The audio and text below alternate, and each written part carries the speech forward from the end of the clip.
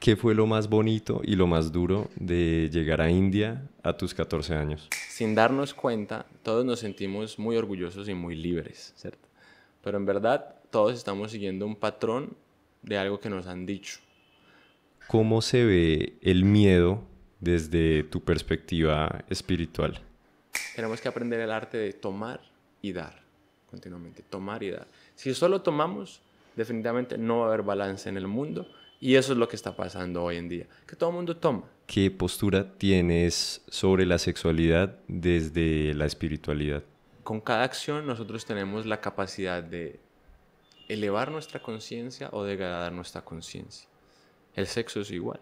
Hay muchos famosos que han ido a India y no han vuelto igual. Los Beatles, Will Smith, Steve Jobs, Jim Carrey, Kanye, Mike Tyson, Mark Zuckerberg. Entonces, personas de polos súper distintos, pero que van y consiguen respuestas allá o no sé, algo pasa.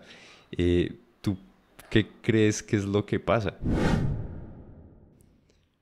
Buenas, buenas. Estamos en un nuevo capítulo de 5 Estrellas Podcast y el día de hoy tengo el gusto de estar aquí hablando con Brindavan Chandra, quien es un paisa, una persona pues de Medellín para el que nos vea y no sea colombiano o no sepa pues de dónde es el paisa, quien es un guía turístico en India, tiene su agencia Tours a India muy popular y pues la pueden encontrar en Instagram así. Y Brindavan lleva desde sus 14 años viviendo en India, ya pues llevas 15 años allá.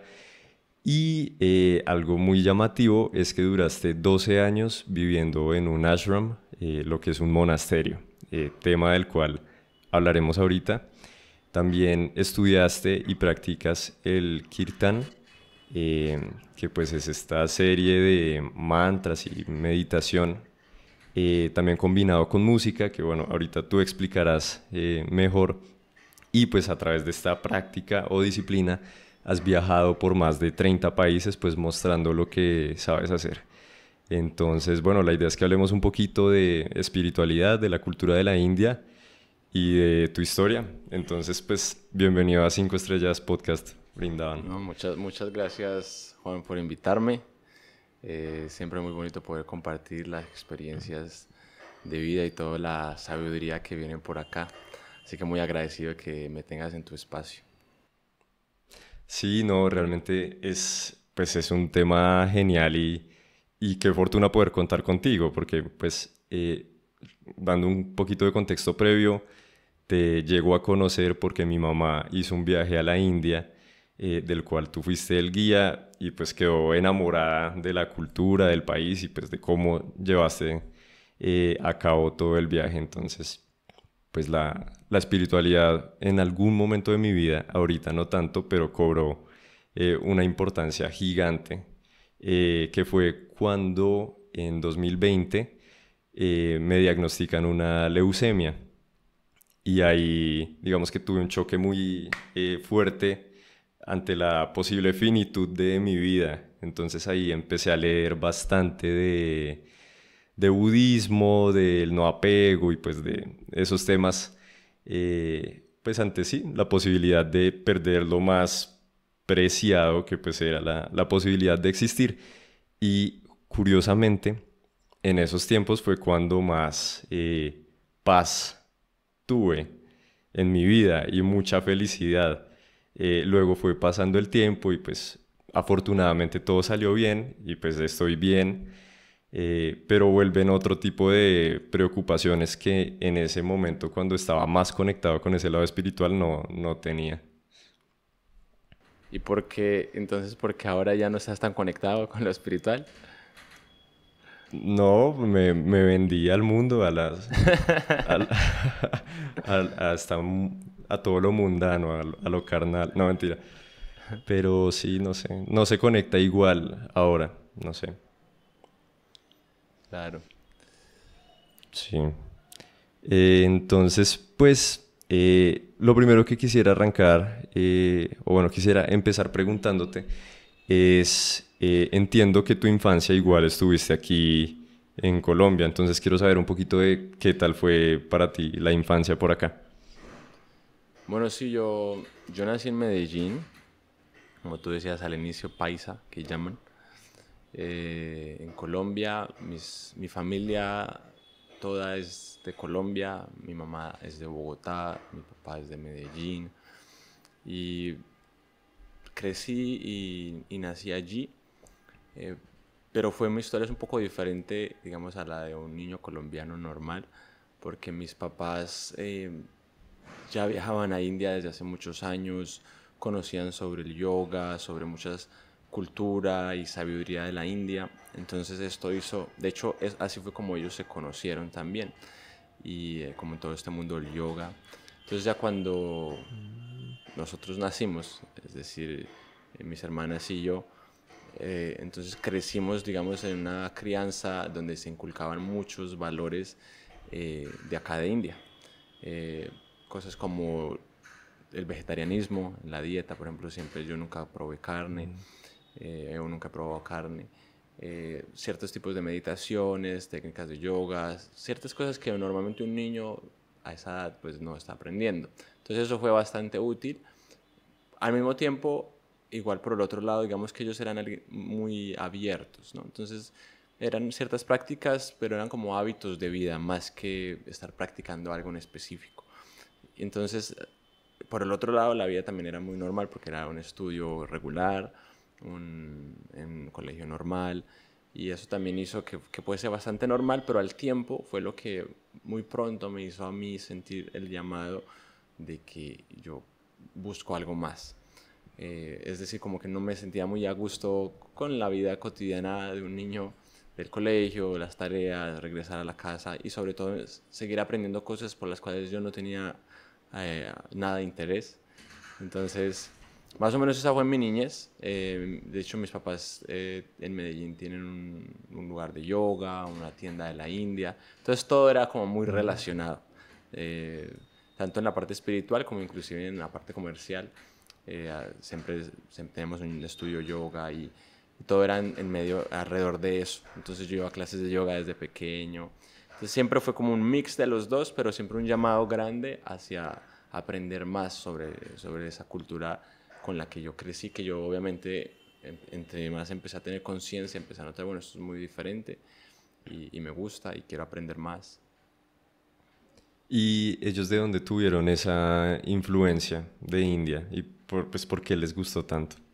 Pues de diversas formas, pues así como tú sabes que pues en Colombia no es tan común como en otros países que sea como tan multicultural o multireligioso, pero aún así esta cultura del yoga llegó, ya estaba de alguna forma en un u otro lugar en Colombia, entonces ellos de alguna manera pues sintieron el llamado, se lograron conectar con lugares donde ya había un poco de esta cultura y sabiduría del yoga. Después quisieron profundizar más y viajaron a India, inclusive a finales de los 80, inicios de los 90. Y ya una vez eso pasó, pues ya se metieron como mucho más de lleno a aplicar muchas cosas que son muy prácticas pues en la sabiduría de acá. Cuando uno está en el colegio y tal vez, no sé si sea algo específico de Colombia, pero sé que en Colombia es así, se tiende eh, a, a observar mucho al que es diferente y a veces a, no sé, a hacerle burlas o cosas así. No sé si te pasó pues al tener estos hábitos distintos o también con el tema de la comida, ¿qué tal fue ese aspecto? Sí, sí, de hecho, yo no diría que yo fui alguien que sufrió de bullying en su niñez, como algunos quizás dirán, ¿no? Como el trauma del bullying. No, no a un extremo así, pero sí, sí pasé por eso sin duda alguna, porque si tú miras nombre raro, si lo que llamamos llamar religión, religión rara, dieta rara, todo era raro, en verdad. Entonces, o Tu diferente. aspecto físico era... Tu No, mi aspecto aspecto físico físico yo era... usaba uniforme normal, todos. Pero, por ejemplo, también corte de pelo raro. Lo que tenía esto después, si quieren, pues, ahí les cuento un poco el porqué. desde niño. Sí, entonces todo era como diferente. Entonces, obviamente, sí, a veces, se hacían como la burla y a mí era algo que no me dolía, pero simplemente era como que yo decía, yo no voy a crecer si estoy rodeado por amigos que no pueden entender algo que es diferente, algo que es tan amplio, ¿no? Entonces, pues sí, sí pasé por eso, pero no fue algo tan grave, pero sí fue algo que me empujó. De hecho, yo diría que el colegio fue algo que me empujó a querer venirme a vivir a India. Porque yo desarrollé un gusto por India sin conocerlo por mis padres, porque ellos viajaban muy seguido.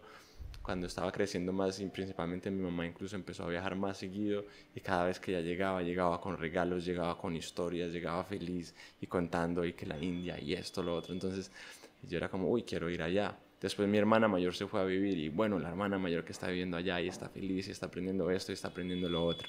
Entonces todo eso desarrolló en mí un gusto, una atracción natural por querer saber más de India.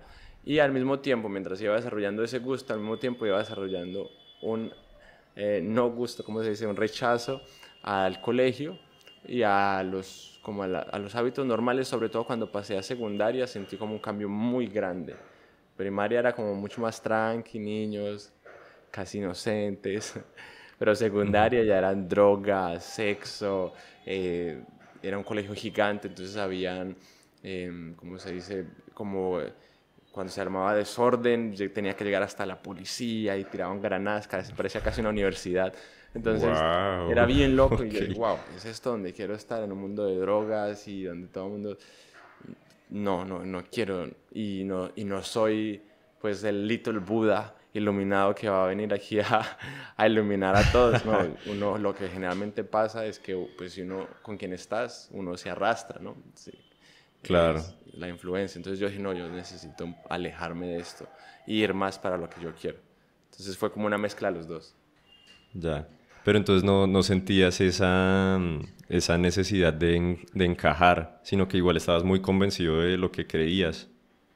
Sí, bastante, porque digamos que, como te dije, cada vez que crecía un poco más, tenía la oportunidad de corroborar, porque algunas creencias eran como muy básicas para mí, que eran demasiado lógicas, incluso cuando uno es chiquito, que no tiene todos los sentidos tan desarrollados, la inteligencia y yo qué sé, el sentido común. Pero, por ejemplo, para mí el vegetarianismo desde pequeño siempre fue algo muy de sentido común. Cómo no pueden entender, yo pensaba, ¿no? De niño, ¿no? Que, que es lo mismo matar el perrito que tenemos en la casa y amamos tanto que matar a una vaca, o matar a un elefante, o matar a un pez, o matar a... ¿no? Entonces yo, sin duda alguna, la verdad no puedo recordar con exactitud si era con tisnes de ego o sin ego, no sé, pero de alguna forma me sentía muy feliz y orgulloso de que tenía creencias y hábitos mucho mejor, ¿no? En algunos Ok, aspectos, como por ejemplo la comida. Entonces, eh, y los niños era como tú decías, como el bullying clásico era así como, comas esta salchipapa, coma. Entonces, sí, no sea bobo, como no me va tan imagino. rico que es. Y yo Sí, era sí, como, sí, sí, esto sí. me tengo que aguantar yo todos los días. No.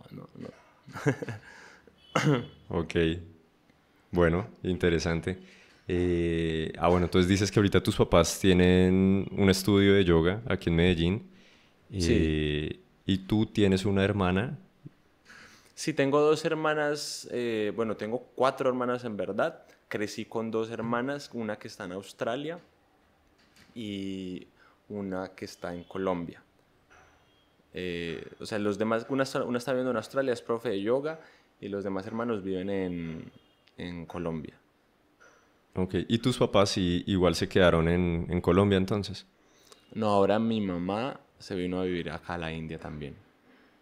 Ah, ok, vale. Listo, bueno.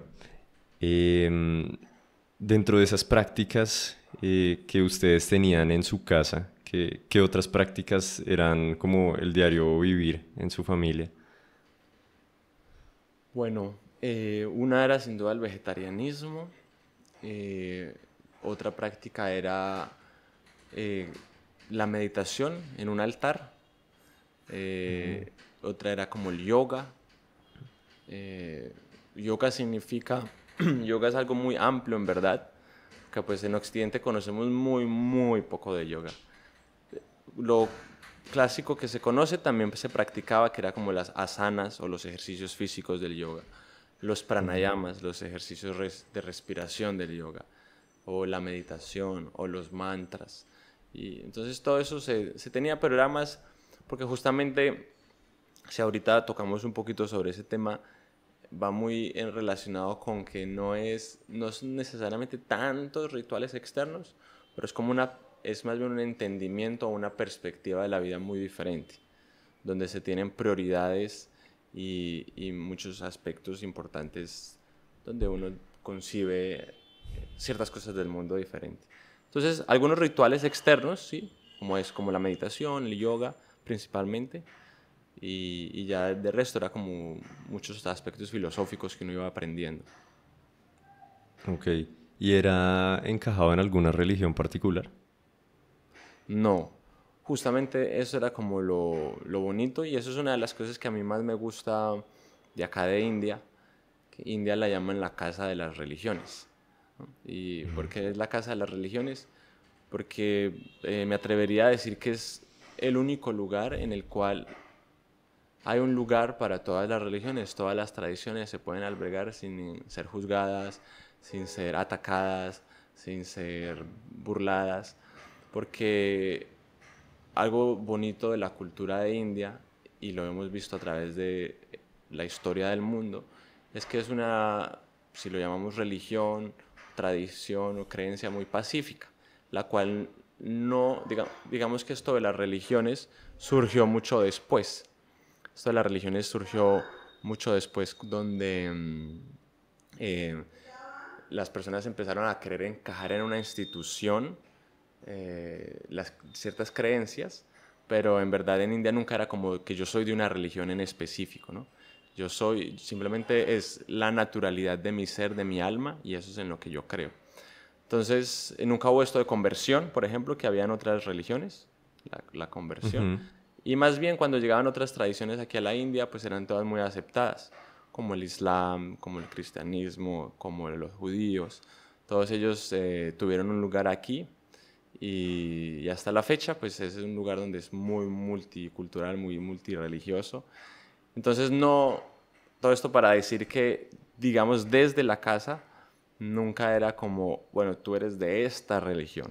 Yo sí sabía que seguía ciertas prácticas de yoga, ciertas prácticas de meditación y algunos términos se usan, pero nunca era específico como esta religión. Vale, o sea que, listo, no una en específico, pero imagino que si hay algunas religiones con las que resuenas un poco más o cómo manejas eso. Entonces, el aspecto, digamos, de las religiones, como te iba mencionando, esto empezó a surgir, digamos, hace 2500 años o 2000 años en verdad.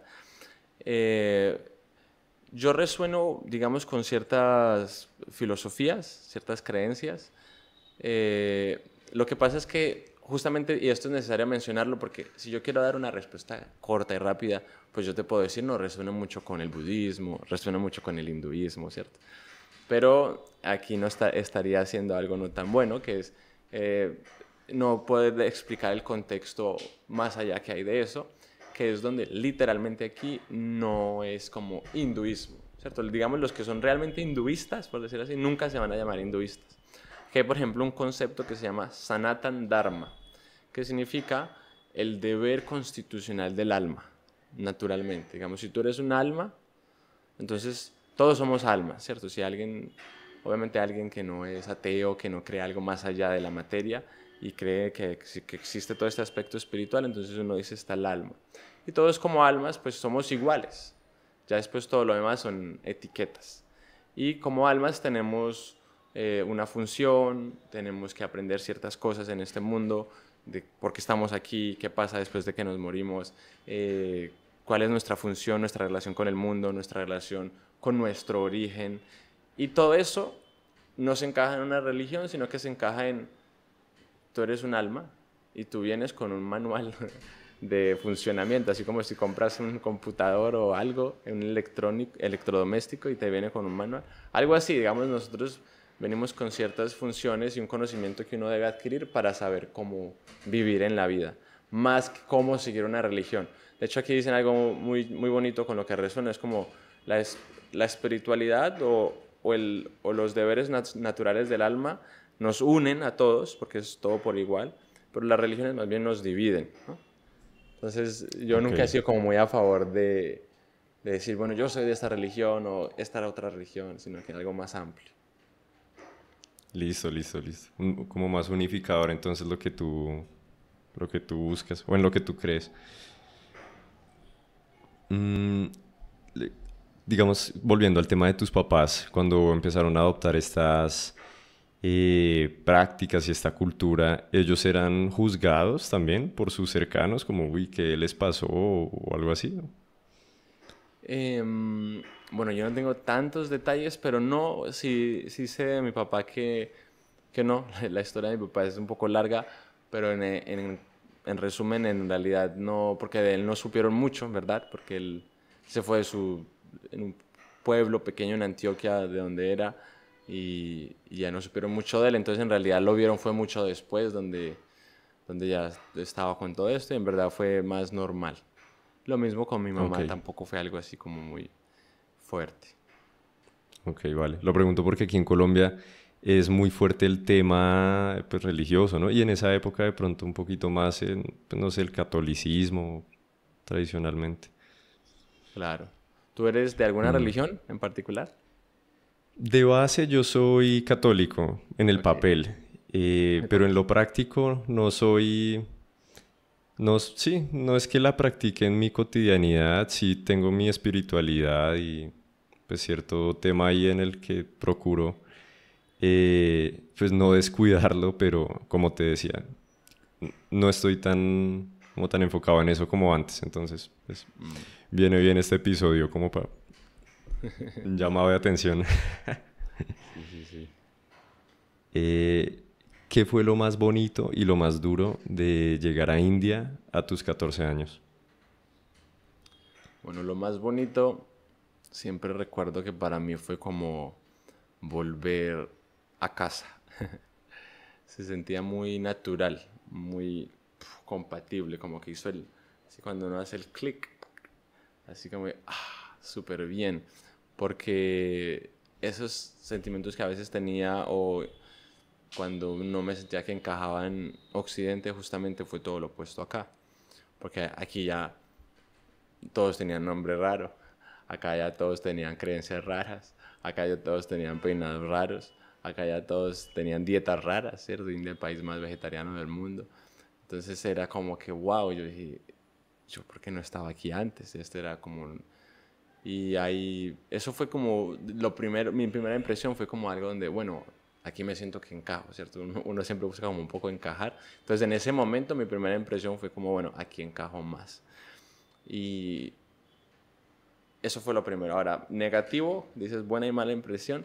Al inicio, como me fui a vivir a un ashram, yo diría, la verdad, tuve mucha suerte y de hecho creo que eso es por lo que he logrado vivir aquí tantos años, que a mí en realidad todo me ha gustado, todo me gusta hasta la fecha mucho. Hay cosas que uno siempre quiere mejorar, como uno como colombiano quisiera que muchas cosas mejoraran también. Pero en general uno puede decir, pero soy feliz donde vivo. Entonces, de igual manera yo puedo decir, a mí en India me gusta en verdad todo en general, pero sí cuando llegué una de las cosas que para mí fue fuerte fue el agua. Estamos por lo Mm, menos en Medellín, el agua pura, inclusive de la llave, tú puedes tomar el agua, sabe muy bueno. Todo, sí, es perfecto. y aquí no, muy fuerte el agua, el sabor era como salado, tiene como muchos minerales de la tierra, como sales, y Ujú. era como chocante probar el agua. Y, y también por el ashram donde yo vivía, entonces en las mañanas salía un olor fuerte de las alcantarillas. Yo decía, uy, no voy a poder con este olor y con el agua. Esa fue la primera impresión. Pero ya después de las primeras 2 semanas, algo así, ya me adapté y ya de ahí en adelante, en realidad cada vez que conocía más y aprendía más. Y además algo que me gusta destacar es, sin duda alguna, lo que más me gusta y me gustó y por lo que vivo en India es por la espiritualidad. Pero inclusive al mismo tiempo me gustó mucho todo en general. Es decir, me gustó la seguridad, me gustó que aprendía idiomas más rápido, me gustó que tenía amigos internacionales. Aquí era como, esto es un país donde hay más, algo más internacional, es como una potencia, India es una potencia mundial ahora, hoy en día, ¿no? Es la cuarta economía, acaba justo de pasar a Japón en el país más rico del mundo, entonces el cuarto, y hay Wow. mucha gente viene, entonces donde yo vivía tenía amigos holandeses, rusos, americanos, algo que pues yo se, casi me hacía sentir como si hubiera venido de un pueblo de Colombia, ¿no? Porque era algo Ajá. tan... Entonces digo que en los dos aspectos, hasta material y espiritual, dije, wow, este país es muy potente, muy bonito. Listo. Dos preguntas ahí. Una, pues, ¿por qué pues, te terminaste yendo justo a esa edad donde pues igual no habías terminado los estudios? Y la otra, ¿a qué ciudad migraste? Entonces, ¿por qué me terminé yendo a los 14? En realidad fue simplemente el momento del llamado. Oficialmente, mis padres, ellos tenían algo que era que nos regalaban después de graduarnos de primaria y secundaria, regalo viaje a la India. Y si quiere se puede quedar estudiando algo antes de entrar a la universidad. Entonces mi hermana mayor hizo eso y se fue a estudiar danza clásica de India. Pero yo ya estaba desesperado y yo dije, no, estoy todavía en sexto. Entonces desde sexto empecé a decir, por favor, déjeme viajar. Pasó séptimo, déjeme viajar. Y ya cuando estaba en octavo, finalmente hacemos todos los arreglos y yo me fui. Entonces era como después de insistir y digamos ya la parte logística fue como que se hizo un trato donde iba a volver y terminar el estudio normal, no era como para siempre. Pero ya después estando acá, no solamente yo, sino mis papás también estaban muy a gusto con todo lo que, nuevamente, con todo lo que aprendía espiritualmente como también materialmente, por decirlo así. Ya en menos de un año ya el niño habla inglés. Ya en menos de 3 años el niño habla otro idioma más. Ya en menos de 5 años, listo, 4 idiomas. Entonces, como que muchas eh, cosas así los hicieron muy felices, como que uno estaba progresando en todo sentido, como que ¿para qué lo traemos de vuelta a Colombia? ¿Cierto? Ok. Algo. Pero entonces tú viajaste inicialmente con alguno de tus papás o con los dos. No, yo viajé inicialmente solo, yo viajé solo y mi Ok. hermana ya estaba en India, mi hermana mayor. No me fui a vivir con Ah, ella, igual fue como medio irse solo, por decirlo así, pero eran varios aspectos que ayudaban. Uno, mi hermana ya estaba aquí en India, no vivíamos juntos porque yo me fui a vivir a un ashram, entonces ella vivía en un lado, yo vivía en otro. Pero digamos que eso ayudó y también el vivir en un ashram es como un ambiente más protegido. listo. ¿Y es usual entonces que llegue alguien de esa edad a vivir en un ashram? No, no, justamente hicimos como un tipo de acuerdo. Normalmente uno tiene que ser como ya mayor de edad y todo. Eso iba a preguntar porque suena, pues si uno solo lo ve desde afuera, uno dice, uy, no, esos papás mandan, pues se fue el hijo de 14 años a India a vivir en un monasterio, qué locura. Sí, hay varios tipos de monasterios o ashrams. Es Sí. usual, un ashram también se puede significar que es como un lugar donde uno va a aprender. Aprender y quizás de forma como lo hacían en la antigüedad acá. En la antigüedad, así como cuando vamos al colegio, los niños iban a un ashram, donde estaban los maestros, algunos eran, como inclusive creo hoy en día aún existe, lugares donde uno va a vivir allá y estudia allá y visita a los padres cada tanto. Entonces un ashram es algo así. Entonces aquí hay lugares donde los niños desde chiquitos los educan en ashrams. Y hay otros lugares donde uno va ya más grande. Entonces están las dos opciones, pero donde yo estaba sí era principalmente como que uno debía ser mayor de edad, pero yo llegué bastante rápido. Ok, listo. Y bueno, entonces hablemos un poquito de qué tal fue ya esa etapa. Llegas allá, empiezas a vivir en el ashram. ¿Cómo era un día en el ashram? Que, o sea, sí, ¿cómo era todo? Bueno, básicamente un ashram es la oportunidad que uno tiene de vivir en el mundo, pero como salido de la burbuja. Nosotros en el mundo estamos generalmente todos en una burbuja. Sin darnos cuenta, todos nos sentimos muy orgullosos y muy libres, ¿cierto? Pero en verdad todos estamos siguiendo un patrón de algo que nos han dicho. O sea, nosotros actuamos en base a un conocimiento, ¿cierto? Nadie actúa así porque sí. En el mundo, si tú vas en una dirección es porque te dijeron en esa dirección tú vas a encontrar el éxito, ¿cierto? Si estudias, vas a poder tomar una buena carrera para tomar un buen trabajo y ser exitoso en el mundo.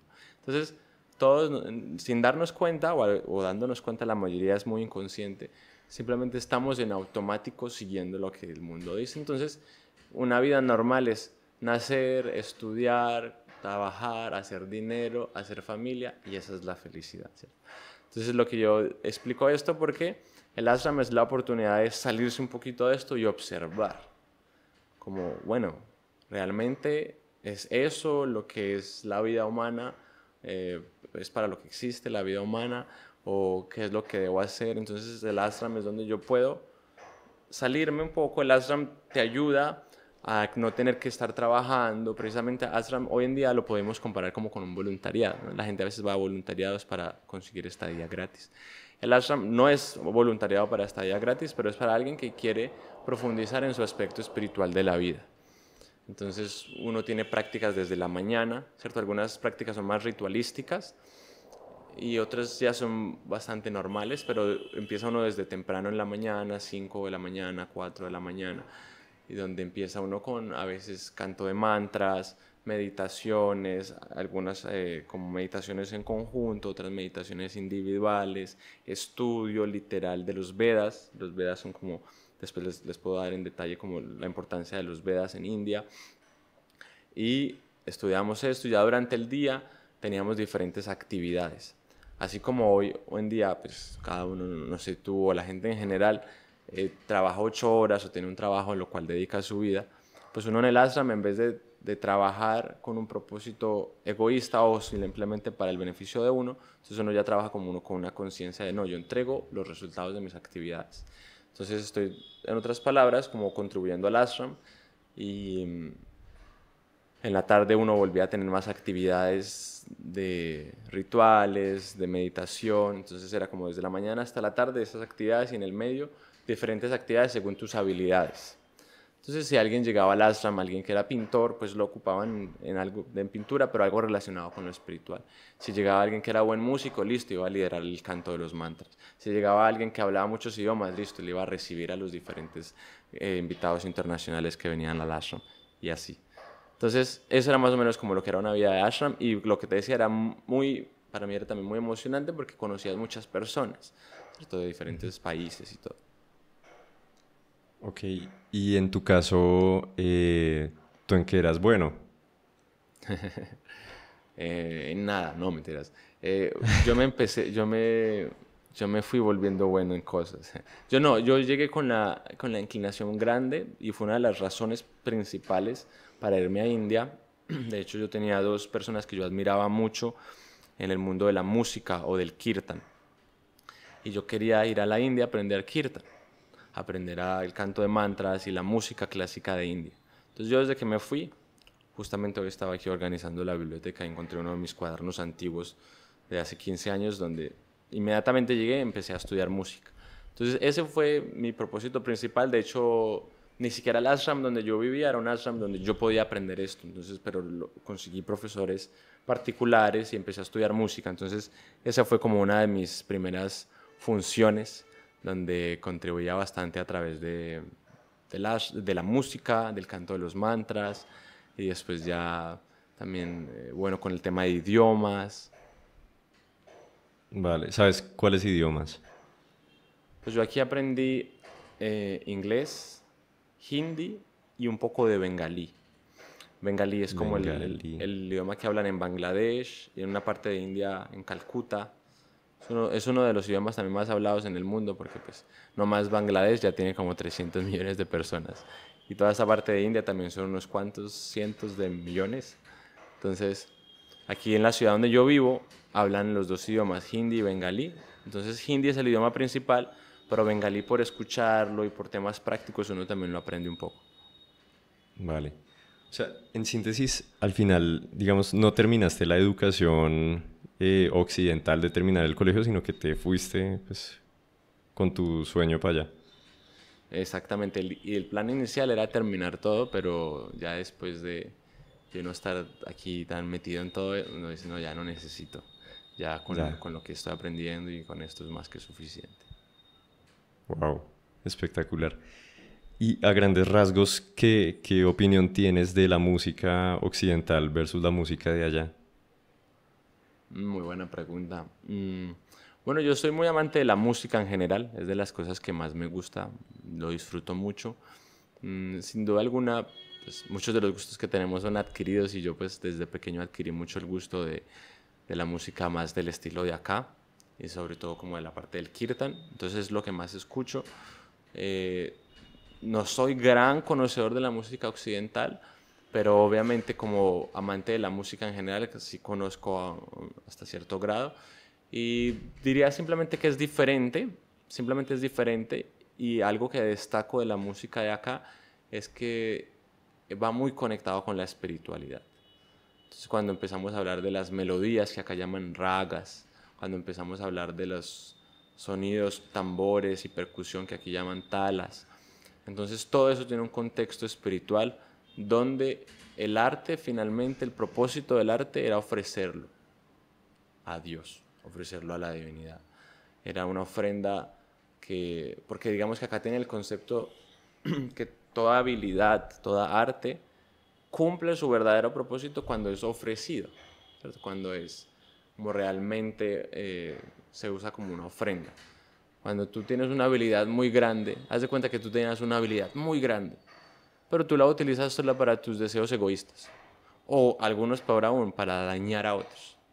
¿Qué importancia tiene esa habilidad? No, no tiene una gran importancia. Pero cuando esa habilidad es usada correctamente para lo que es su propósito y sirviendo algo especial, entonces es mucho más profunda. Entonces acá en la música le enseñan a uno eso junto con la música, no es como que solamente do, re, mi, sino que te enseñan las notas, pero te enseñan cada nota musical tiene una personalidad, como un dios, por decirlo Ah, así. eso sí no Haz de cuenta sabía. el dios del do, el dios del re, el dios. Y tú te Wow, relacionas con ellos, entonces es como un mundo fascinante. qué loco.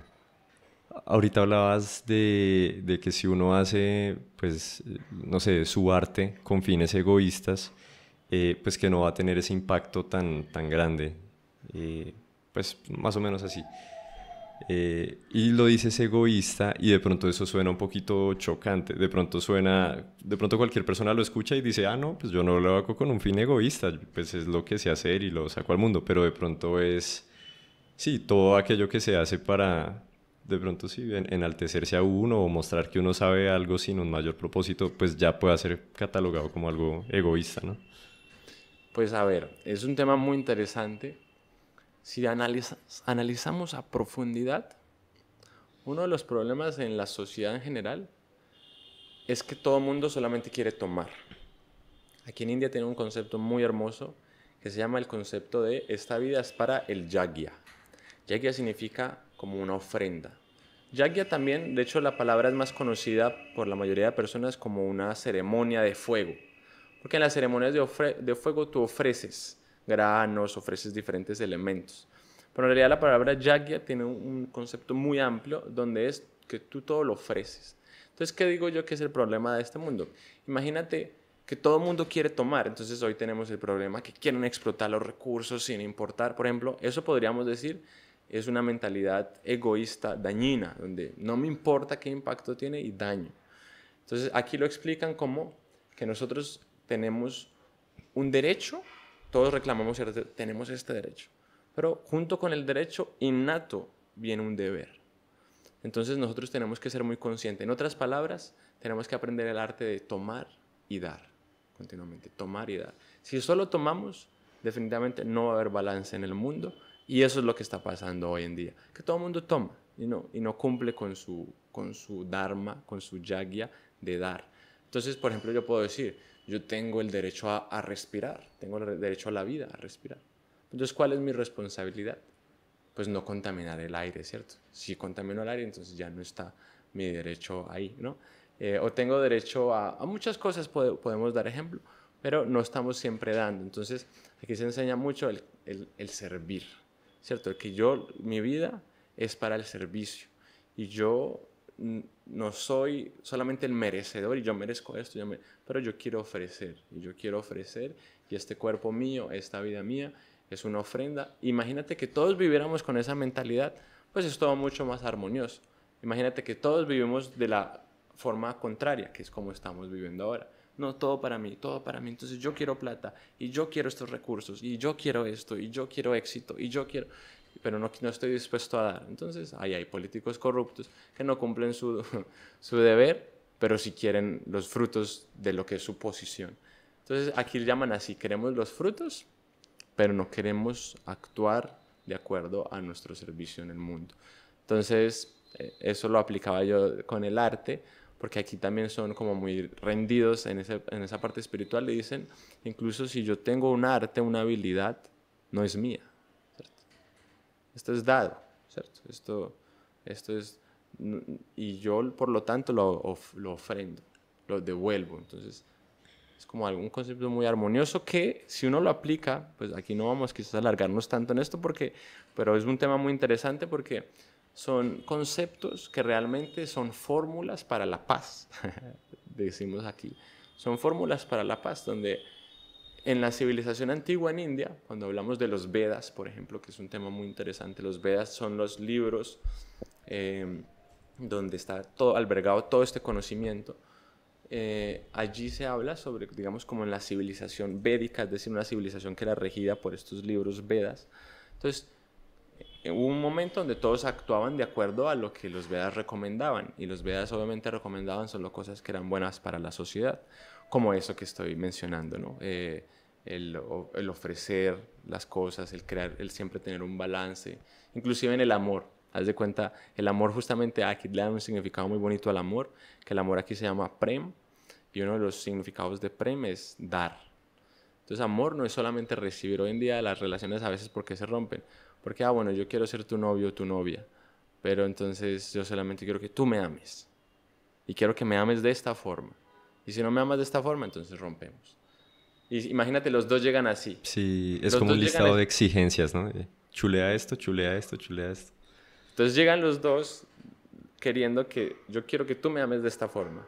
Y tú quieres que, pero tú no estás en control de cómo él te ama, tú estás en control de cómo tú amas, ¿cierto? Entonces, si tú amas y si llegan los dos queriendo amar y dar, entonces hay armonía. Pues si llegan los dos queriendo tomar, en algún momento uno dice, no, no te voy a dar eso. Entonces hay ya una ruptura. Entonces, es un concepto muy bonito el del ofrecer, el dar. Sí, bien bonito y puede llegar a ser muy complejo porque entonces puede entrar en choque esta visión de, bueno, igual tiene que ser recíproco, pensaría uno hasta cierto punto. Y algo que también me llama mucho la atención con esto que dices de derechos versus deberes o de dar versus recibir y pues como que haya un equilibrio en eso es lo que decías al inicio, de que tú hubieras podido quedarte acá y tratar de ser un little Buda, pero es una sociedad que igual piensa mucho en, no, yo me debo poner primero porque si no me pongo primero, pues el otro se va a poner primero y yo voy a quedar abajo. Entonces, o sea, qué difícil es eso, ¿no? De pronto, no sé, supongo que sí, sea más fácil hacerlo allá, en una cultura donde no te quiere quitar menos y supondría un reto mayor hacerlo acá. Pues más o menos eso dijiste, ¿qué piensas de eso?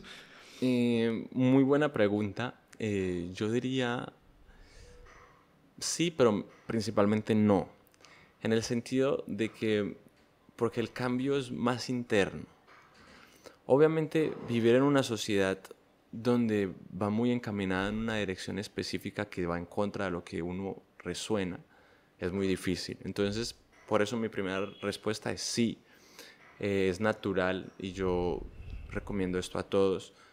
Y es lo que todo el mundo hace o debería hacer, que si tú tienes un propósito de vida, tienes algo muy claro, resuenas con algo, naturalmente vas a hacer todo lo posible para llegar a eso que quieres, ya sea algo que quieras conseguir o algo en una dirección en la que quieras ir.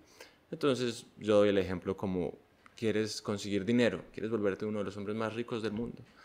Pues muchos, quizás no es el caso, pero por dar un ejemplo así que se pueda entender, muchos cuando se quieren volver ricos, entonces lo primero que hacen es irse a Nueva York, irse a Los Ángeles. Si se quieren volver famosos, por ejemplo, he escuchado de muchos, tengo amigos incluso, quiero ser famoso, inclusive en el mundo del YouTube o algo así, me voy a Los Ángeles, allá están todos los famosos, consigo contactos. Entonces, de la misma manera, sí, yo quiero, por ejemplo, algo espiritual, en mi caso, yo dije, pues me voy a la India. De hecho, no solamente yo soy un ejemplo chiquitito, nada, pero muchos grandes maestros, Jesús, Buda, Krishna, muchos otros, ellos todos vinieron a la India en busca de esa iluminación. Entonces, sin duda, por eso la primera respuesta es sí. Sin duda, si yo busco algo específico, voy a buscar las personas y el lugar adecuado que me guíen hacia allá. Esa es una respuesta. Por el otro lado, sí es importante un cambio interno. Porque ¿qué me sirve que yo llegue a la India, pero llego con el mismo mindset, con los mismos deseos, con las mismas tendencias, con los mismos defectos? No sirve. Entonces el cambio es más interno, es principalmente interno, pero sin duda alguna te va a ayudar y estar en un ambiente y una asociación adecuada. Claro. ¿En algún momento te sonaría volver aquí a Colombia y pues esparcir un poquito o mostrar un poco de lo que, pues, de lo que piensas? Sí, de hecho lo hago, lo estoy haciendo recientemente, estoy yendo una vez al año y con amigos y todo, así como yo hago viajes acá en India, en diferentes lugares, entonces hacemos allá como viajes donde tenemos la oportunidad de hacer kirtan, meditaciones, charlas y todo. Entonces sí, de hecho ahora este año voy en agosto, vamos a Vallasolano a hacer kirtan con las ballenas que cantan allá, vamos a unir los cantos de las ballenas con el canto de los mantras de India. Wow, genial. ¿Y podrías vivir en Colombia? No. Pues Ajá. a mí me gusta Colombia, no, me parece muy bonito. Medellín que es lo que más conozco, donde viví, donde nací. Es muy bonito, muy cómodo, muy verde, clima muy adecuado. Pero sí, de alguna manera, cosas de aquí de India que me gustan mucho, entonces sí, sí es como mi primera opción siempre. Pero si en algún momento pues fuese necesario, también pues no hay lío. Como te digo, al final uno tiene que ser capaz de seguir como sus ideales donde sea. Vale. Y una pregunta más personal o pues que me da algo de curiosidad es sobre tus amistades. ¿Tienes amigos todavía, no sé, del colegio aquí en Colombia o que no practiquen la espiritualidad también? Em, no tengo muchos amigos del colegio en verdad.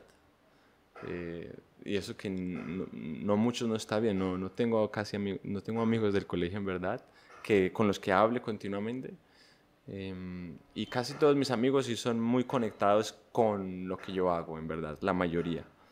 Entonces, no lo he hecho como conscientemente, sistemáticamente, pero se va dando, ¿no? Como te digo, cuando uno está muy enfocado en algo, naturalmente todos los hilos, contactos, amigos que vas haciendo, todo lo que se va tejiendo va en una dirección específica. Entonces, por ejemplo, yo le contaba a algunos que se sorprenden que yo soy vegetariano toda la vida y que nunca comí carne. Yo les cuento que yo en realidad casi no tengo amigos que comen carne. O sea, un amigo mío cercano en verdad, todos son vegetarianos. Entonces, muy pocas veces contadas con las manos, las veces que me ha tocado a mí, por ejemplo, sentarme a comer con carne en la mesa. Para mí es algo muy difícil. No, nuevamente, esto no desde el juzgamiento, pero obviamente como ya estaba acostumbrado a algo, entonces es un poquito incómodo para mí. Todo esto para decir de que sí, mis amistades son muy en la línea de lo que yo hago. Claro, sí, y pues lo normal, ¿no? Como el que se vuelve amigo de los que les gustan los videojuegos o los Exacto. metaleros o pues sí, uno se va juntando con los que resuena, comparten valores y bueno. Quiero tocar un tema que me llama la atención y que haciendo un poco una pequeña investigación para este podcast vine a conocer más. Y es que hay muchos famosos que han ido a India y no han vuelto igual, o que su cultura les ha cambiado o ha tenido un impacto profundo. Dentro de ellos, los Beatles, que parece que escribieron más de 40 canciones por allá. Will Smith, que también habla mucho del tema de la espiritualidad, pues más recientemente, entre comillas. Steve Jobs, Jim Carrey, Kanye, Mike Tyson, Mark Zuckerberg. Entonces, personas de, o sea, polos súper distintos, pero que van y consiguen respuestas allá o no sé, algo pasa. ¿Tú qué crees que es lo que pasa? Muy buena pregunta y es muy interesante mencionarlo porque pues tú estás mencionando algunas de las personas más famosas que hay hoy en día. Yo hace unos minutos mencioné quizás a personas más famosas que ellas, que era Buda, Jesús y Krishna, ¿no? Sí, los duros. Entonces, desde esa época ya venían acá. Y uno vuelve y se hace la pregunta, ¿por qué? ¿Cierto? ¿Por qué Steve Jobs se fue para allá? ¿Por qué Will Smith? Entonces, nuevamente, y este es un punto que me encanta recalcar y invitarlos a que tengan esa apertura de mente. Y es, lastimosamente, en nuestra cultura occidental nos han enseñado a ser muy cerrados. ¿De qué forma? De una forma dañina en que este es Dios y ya, esa es la verdad. Mi Dios o el infierno, ¿cierto? Si no vas a esta iglesia, entonces es el infierno. Si adoras a esta imagen que no está en este libro, es algo satánico. Si no haces, en otras religiones, si no haces esto, por ejemplo, India sufrió mucho, donde si no te conviertes, te matamos. Entonces tenemos esto, como hoy en día hablan sobre las constelaciones y lo que cargamos de nuestros padres y de nuestros ancestros. Nosotros cargamos todos esos traumas y todas esas cosas en la mente y tenemos, por lo tanto, como una mente a veces muy cerrada, pero es armónico cuando yo digo, no, yo puedo aprender de diferentes tradiciones y nutrir mi vida. Entonces, todas estas personas que vienen, menciono esto porque todas estas personas que vienen a la India, primero que todo, evidentemente son personas abiertas de mente, ¿no? Ya sean que no sé específicamente cuál es la religión de cada uno de ellos, pero si vienen acá es porque abrieron su mente y supieron que no importa yo de qué tradición, religión, creencia soy, India tiene un conocimiento que me va a servir para mi vida material y para mi vida espiritual, y sobre todo para lo que todos buscamos. Sin duda, esto no hay argumentación aquí que podamos hacer. Todos buscamos paz, felicidad, belleza, dulzura en la vida. Todo esto lo estamos buscando, todos en común. ¿Quién no quiere paz? Finalmente eso queremos todos, ni siquiera buscamos plata. ¿Qué gana uno con tener mucha plata y no tener paz? Entonces, India tiene, me atrevo a decir, el mejor conocimiento que se encuentra en la humanidad para las diferentes fórmulas de la paz. Tiene el mejor conocimiento para la mejor fórmula de traer la mente a un estado donde tú puedes estar tranquilo. ¿Y qué empresario no quiere eso? Porque si tú tienes paz mental, puedes ser muy poderoso también en tu empresa. Entonces, todos ellos han escuchado de esto y han venido y han encontrado esto en India, ¿no? Los Beatles, por ejemplo, que te mencionabas, que sí escribieron el White Album aquí, en Rishikesh, cerca de los Himalayas. Ellos también vieron eso y entendieron muchas cosas de la vida a profundidad y tomaron eso y así vivieron su vida. No es que se tenían que volver monjes y poner ropa rara y hacer cosas raras, pero eran aspectos que iban a nutrir su vida 100%. Entonces, yo por eso hago siempre mi invitación de corazón a todos, que es una visita a India o conocer sobre la sabiduría de India, nutre nuestra vida, sin importar qué tradición, qué religión, qué creemos, pero hay un conocimiento que vale la pena investigar, que vale la pena indagar y aprender. Wow, genial. Brin, ¿por qué sufrimos? Otra muy buena pregunta, esas muy buenas preguntas. Qué bueno. La raíz del sufrimiento son varias, pero si lo resumimos, y tú que me dijiste que estuviste estudiando un poco sobre el budismo, entonces La raíz del sufrimiento es el apego. El apego, sin duda alguna. Y otra raíz del sufrimiento que dicen aquí, y que tiene todo el sentido, es la ignorancia. Porque si tuviéramos conocimiento correcto, pues actuaríamos bien. Y el resultado de actuar bien, ¿qué es? Que nos va re bien. Pero la pregunta es, si todos buscamos paz, todos queremos felicidad últimamente, todo eso es lo que queremos, esa es como la esencia de lo que queremos.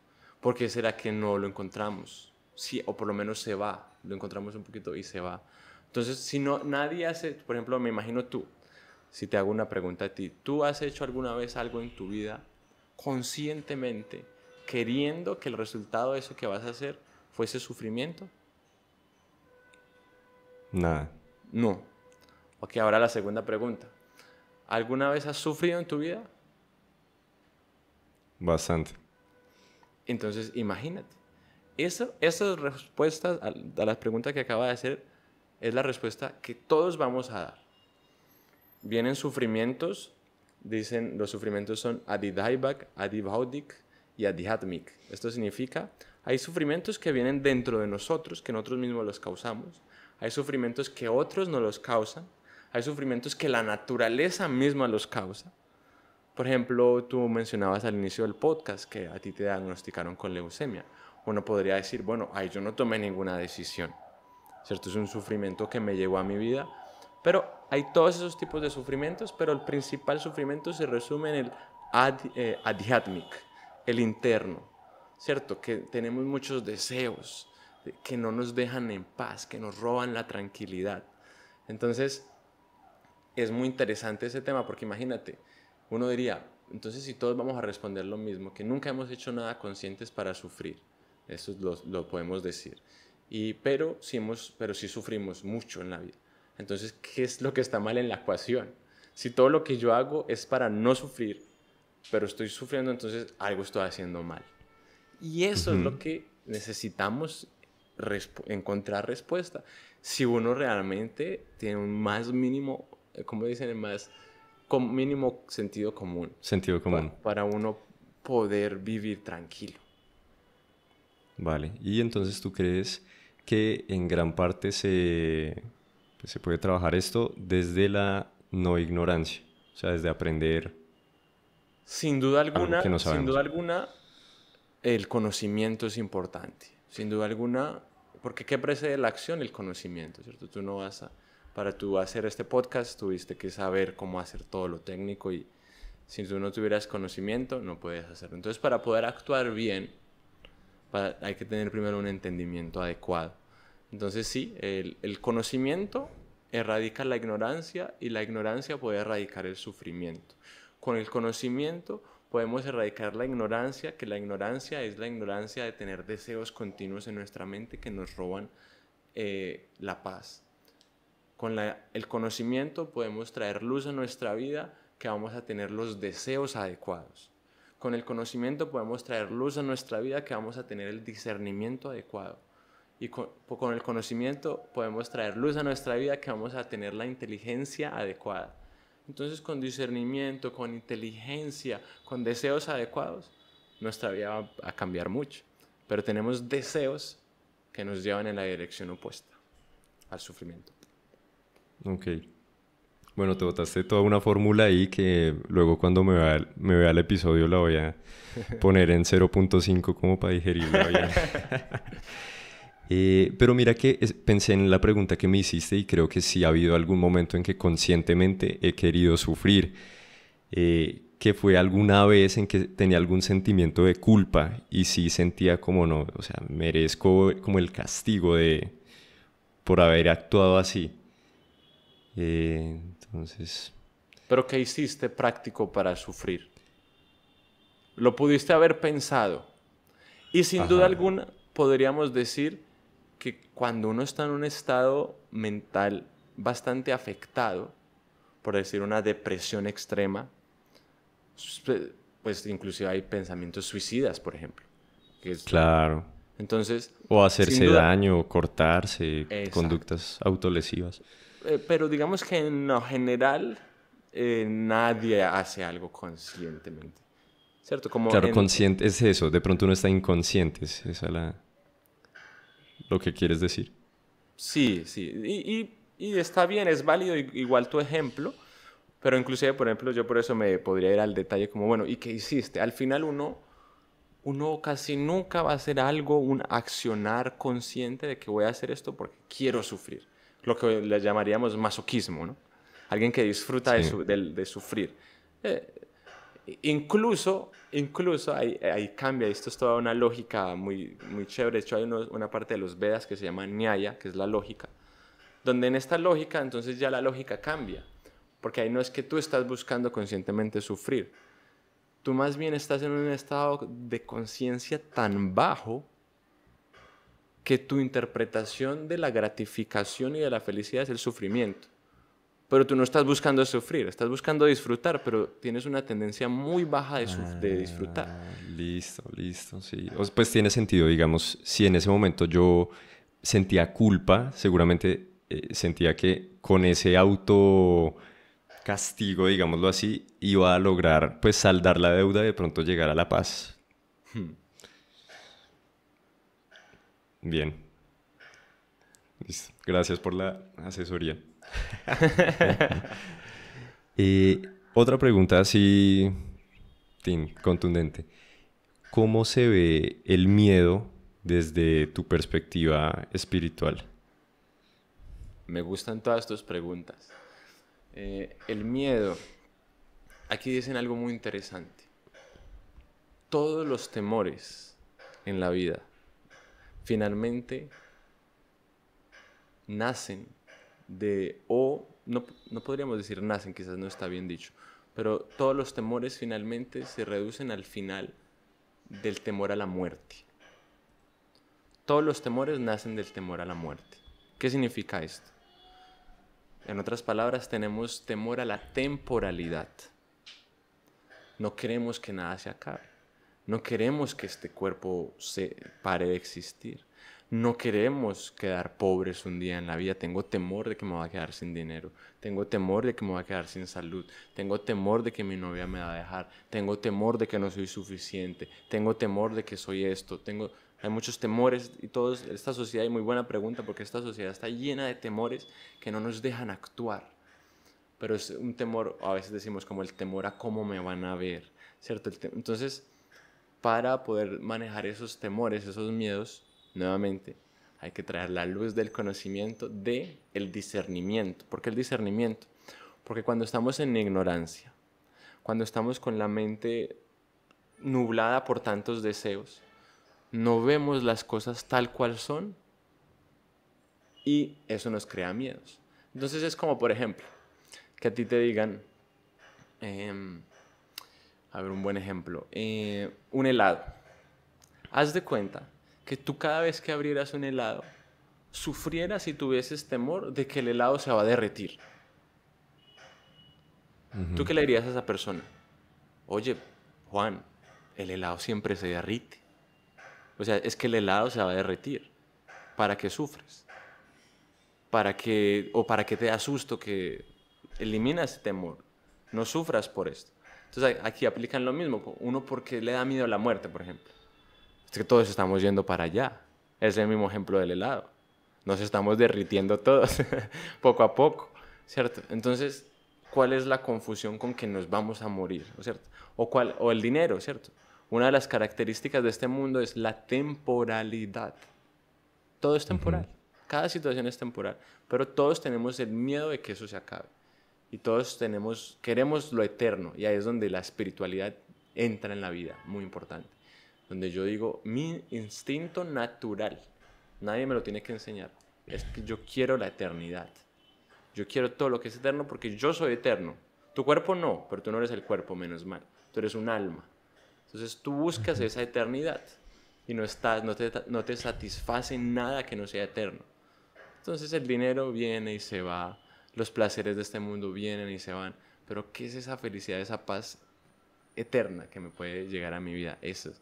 Y ahí se radican los temores, teniendo el entendimiento adecuado de las cosas. Porque el temor surge cuando yo no entiendo las cosas como son. Y, y me causa un temor. Como hoy en día los coaches hablan esto, el que tiene temor al que dirán. Es un temor muy común, ¿cierto? El coach te va a decir, oye, pero ¿qué importa lo que dice el otro? Tú no vales por lo que dice el otro, tú vales por lo que tú eres, te va a decir un coach, ¿cierto? No, hasta el coach más normal. Es lo mismo, él te está dando un discernimiento apropiado de ese es tu valor real. Y aquí en la India van más profundo, te van a decir, no sufras por lo que dicen otros ni nada, porque es que tú no eres el cuerpo, tú no eres tu nacionalidad, tú no eres tu habilidad o tu ignorancia, tú eres el alma.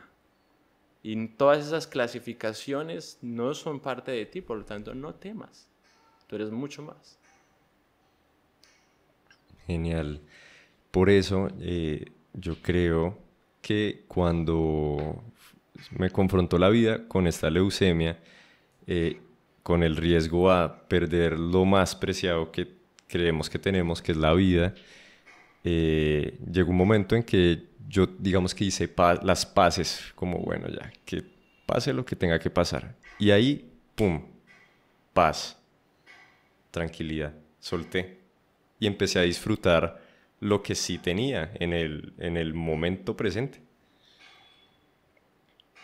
Esa es otra clave para soltar el temor, para acabar con el temor, el soltar, que es una cosa que nos cuesta mucho, pero es entender que el Bhagavad Gita, uno de estos libros principales de acá de India, lo Mi mencionan mamá muy me lo bonito, trajo. hacen mucho énfasis en eso. ¿Lo has leído?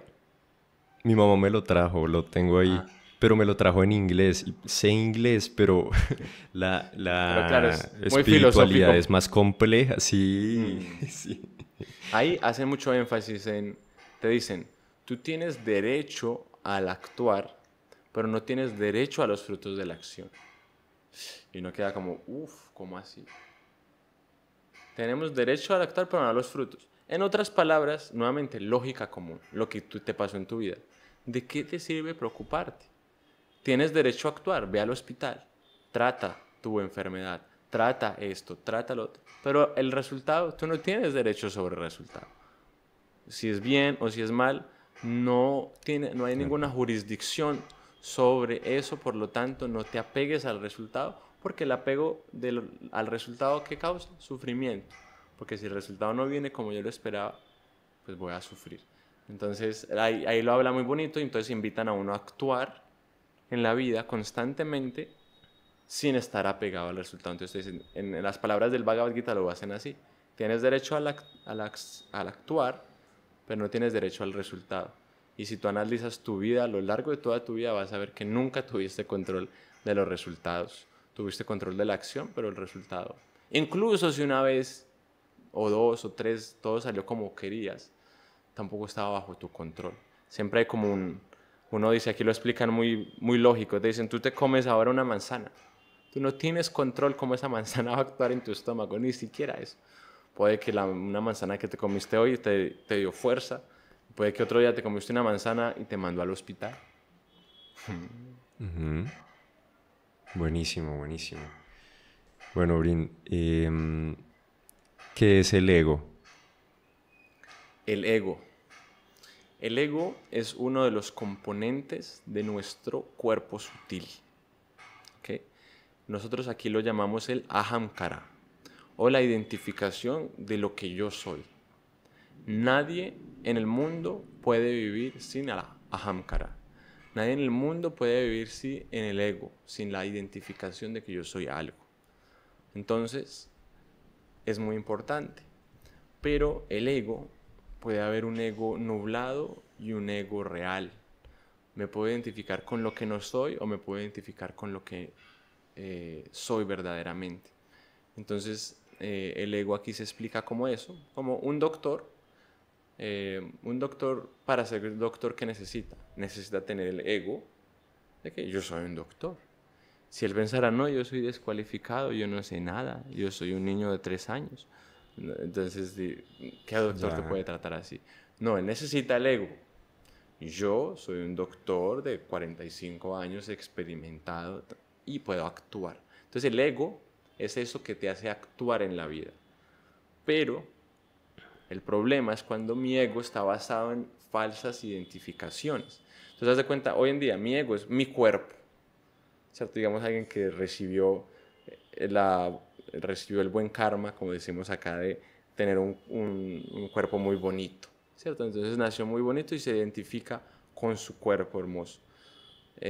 Pero está perdiendo esto porque él no es ese cuerpo, ¿cierto? Entonces va algo más allá. Entonces aquí el ego lo explican como eso con lo que te identificas, y que el ego negativo es el ego que te hace identificarte con algo que no eres, y por lo tanto te hace desviarte de lo que es tu propósito. En otros, eso es como el significado más profundo. Nosotros cuando hablamos de ego generalmente lo relacionamos mucho con el orgullo, ¿cierto? Ujú, ¿Cierto? Como con que yo soy orgulloso de algo. Pero cuando es orgulloso de algo significa me identifico con esto. Entonces la ujú. identificación en verdad, como si hablamos de un cuerpo bonito. Entonces yo estoy muy orgulloso de que soy bonito, y al que es feo lo trato mal, ¿no? Pero entonces, oye, ¿qué es ese entendimiento? Tú no eres un cuerpo, tú no eres ese cuerpo. Espera 60 años, ¿cómo va a estar todo tu cuerpo? Entonces, Ujú. es la invitación del ego, o desde la perspectiva de acá, es a tener la identificación adecuada con lo que somos. Y ese es uno de los aspectos más importantes en la espiritualidad. Por ejemplo, Excelente. ¿tú qué crees que eres? De la mano de eso, yo tuve ese mismo choque cuando casi me muero, porque yo creía que yo era en esos tiempos Juan David, estudiante de música, eh, de cierto estrato socioeconómico, con ciertas aspiraciones, hijo de tal, pues no porque fuera el hijo de un rey o algo así, pero sí como identificado en esas cosas. Y luego no, pues sí, en un momento pues dejaba de ser todo eso, entonces pues sí sentí como no, pues entonces no puede ser que yo sea eso y ya. Exacto. ¿Y qué descubriste que eras?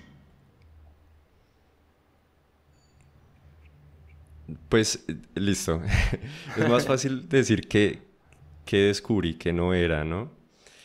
Que descubrí que era, pues sin tener la certeza, pues ojalá un alma que trascienda, pues o no sé, ni siquiera sé si ojalá.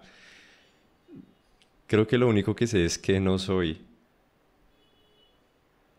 pero pues hay algo Bueno, ahí adentro es que es donde, algo y más. muy bueno, y gracias por abrirte a responderlo, porque eso es un punto vital.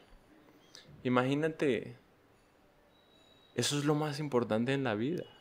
Imagínate yo saber quién soy en verdad, porque es desde ahí desde donde voy a actuar. Como tú mismo lo decías, hoy en día todo el mundo se identifica con su trabajo, entonces yo soy Felipe el abogado, ¿cierto? Y actúo desde ese entendimiento. Pero aquí ponen el ejemplo que es como que haz de cuenta que fueses un elefante, pero actúas pensando que eres un venado. Ujú, ¿Qué pasa ahí? Uno, estás perdiendo tu potencial. Dos, no vas a ser feliz, porque no eres un venado, eres un elefante. Y cuando te quieras acurrujar con otros venados, los vas a matar a todos. Entonces, eh, tiene esos dos efectos, el no identificar y no saber yo qué soy. Cuando tú sabes, yo soy esto, voy allá, voy en esa dirección, porque esto es lo que soy, y desde este entendimiento actúo así. Entonces es muy, muy potente eso, y este es nuevamente como eso sí es un secreto que se da en los retiros de $15,000, pero aquí lo estamos dando gratis. Mentiras, no, por dar un ejemplo, porque a veces hay así personas que venden el conocimiento, pero no. Eh, Esto es un conocimiento muy vital, que es yo necesito, esa es la primera, dicen, Atato Brahma Jigyasa. El propósito de nuestra existencia es de entender quiénes somos en verdad. Porque somos los únicos que tenemos esa facultad. El tigre, el perro, el gato, ellos, muy bonito, hasta te pueden reconocer, hasta tienen sentimientos, pero ellos no tienen la conciencia desarrollada como nosotros. Y nosotros sí. Necesitamos desarrollarla y poder saber y responder estas preguntas con certeza. Yo soy esto. Yo no soy esto. yo después de mi muerte voy para acá. Este es el propósito de mi existencia. Porque ¿qué hace? ¿Qué causa eso? Que eso genera firmeza. Es como un basquetbolista que te diga, "Uy, yo no sé si soy tenista o si soy nadador". No, así como así Michael Jordan, ¿qué pasó? Michael Jordan nunca le Ujú. pasó eso, él siempre supo que era el basquetbolista. Como ese basquetbolista que entrevistaron y decía, ¿usted cómo hace para poner todas las pelotas en la malla? Decía, yo solamente veo la pelota y la malla. Para mí no hay piso, no hay compañeros, no hay estadio, no hay nada, solamente eso. Es como cuando uno tiene un enfoque muy claro, puede marchar muy fácil en esa dirección. Entonces es muy importante que todos nos podamos hacer esa pregunta que yo te acabo de hacer y responderla. Y no la vamos a responder en ChatGPT en 2 minutos, pero necesitamos realmente emprender un camino en esa búsqueda. No, eso está muy bueno. Sí, sí, eso está muy bueno. Y yo en esa época sí, sí tuve claridad de que me despojé de eso que creía que era y que no era. Eh, También ese apego con el cuerpo, con uno se queda, pues, se le cae el cabello, entonces uno queda, pues, más o menos similar a ustedes que allá, pues, lo hacen como una decisión. Acá no fue una decisión, la quimioterapia no perdona, pero sí me alineé y cada vez me acerco más a quien sí soy, pero tampoco tengo clara la respuesta, entonces, muy bueno. ¿Tú qué te respondes pues qué respondes a esa misma pregunta de tú quién eres? Entonces, dando una respuesta corta, podría decir que un alma espiritual, cuya naturaleza es de siempre estar feliz y de ser eterno. Y que tengo un origen del de donde provengo y que hay una responsabilidad para con ese origen. Pero principalmente diría, soy el alma, un alma que es eterna. Y ahí es Listo. Y difícil cuando, hablar sobre el alma porque es difícil hablar de la eternidad. Imagínate tú cómo hablas de eternidad. ¿Cómo así? Pero ¿cuándo surgió el alma? No, amigo, es que el alma es eterna. No, pero ¿cuándo surgió? No, es eterna. ¿Y cuándo se pues siempre acaba? estuvo. Claro, eterno significa no tiene inicio, no tiene final. Aunque hay niveles, aunque Vale. podemos hablar ya en esto es filosofía profunda, hay niveles de eternidad. Hay eternidad sin comienzo, pero con fin, sin comienzo y sin fin, con comienzo pero sin fin. Hay varias, pero podemos decir que en el alma hablamos sin comienzo y sin fin. El alma no muere, el alma no se le quema, el alma no pasa por los cambios que pasa el cuerpo. Sí, ok. Ahí uno pues, se puede meter unas filosofadas muy profundas porque entonces uno, digamos, y pues no es para irnos por allá, pero solo pienso como, bueno, antes la población en el mundo arrancó estando uno y ahora, bueno, billones. Entonces, pero si pensamos que las almas son eternas, entonces esas almas siempre estuvieron, pero no estaban en forma humana o no sé. Bueno, como tú dices, no vamos a profundizar, pero más bien vamos a dejarlos antojados para otro capítulo, que es, nos han enseñado una mentalidad muy pequeña. ¿Tú acaso crees que este es el único planeta? ¿Tú acaso crees que este es Ajá. el lugar donde habitan almas? Nos han enseñado a creernos el centro del universo, ¿cierto? Que somos lo máximo, el tope de la creación. ¿Tú crees que si para alguien que cree en Dios, alguien que cree en un creador, crees que lo único que se puso a hacer fue hacer un planetita chiquito? No, hay planetas, galaxias, universos, especies de vida diferente, cosas que no conocemos. Nuestro cerebro es chiquitico en comparación al cerebro máximo. Entonces, estas almas andar por todo el universo y ahí es donde hay un entendimiento mucho más profundo, ¿cierto? Porque si uno se pusiera a medir todo acá, entonces uno dice, bueno, y las almas que van entrando y las que van saliendo. Pero entonces ahí viene la otra pregunta, ¿y las que van saliendo, entonces a dónde se van? Porque pues si este es el único planeta, entonces, o ya se van al planeta, entonces ¿cómo es? Sí, Pero o es porque vuelven y uno, entran.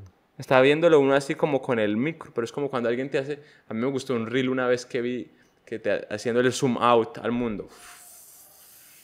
Entonces te dicen, aquí estás tú creyéndote el centro del universo. Y después te hacen el zoom out. Y galaxias y galaxias y galaxias y galaxias. Y uno dice, no soy ni una hormiga. Ajá. Listo, listo, excelente.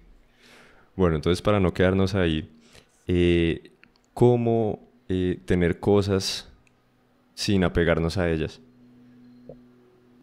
Nuevamente, erradicando la ignorancia, tratando de mejorar el discernimiento y de entender las cosas como son.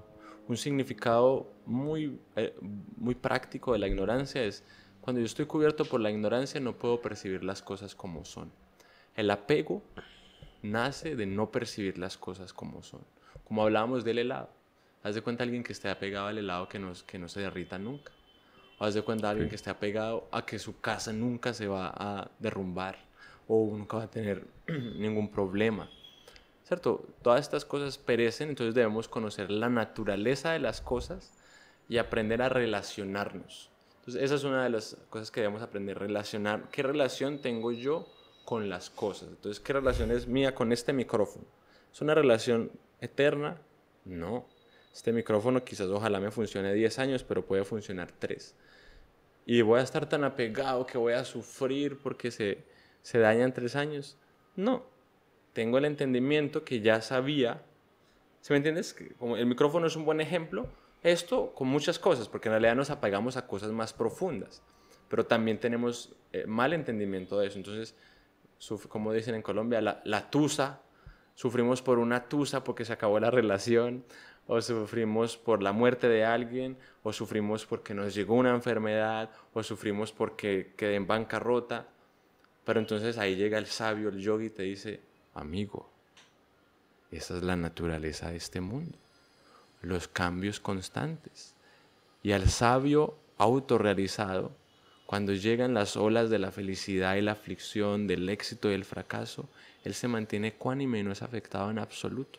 Así que no te apegues por estas fluctuaciones, porque es la naturaleza del mundo.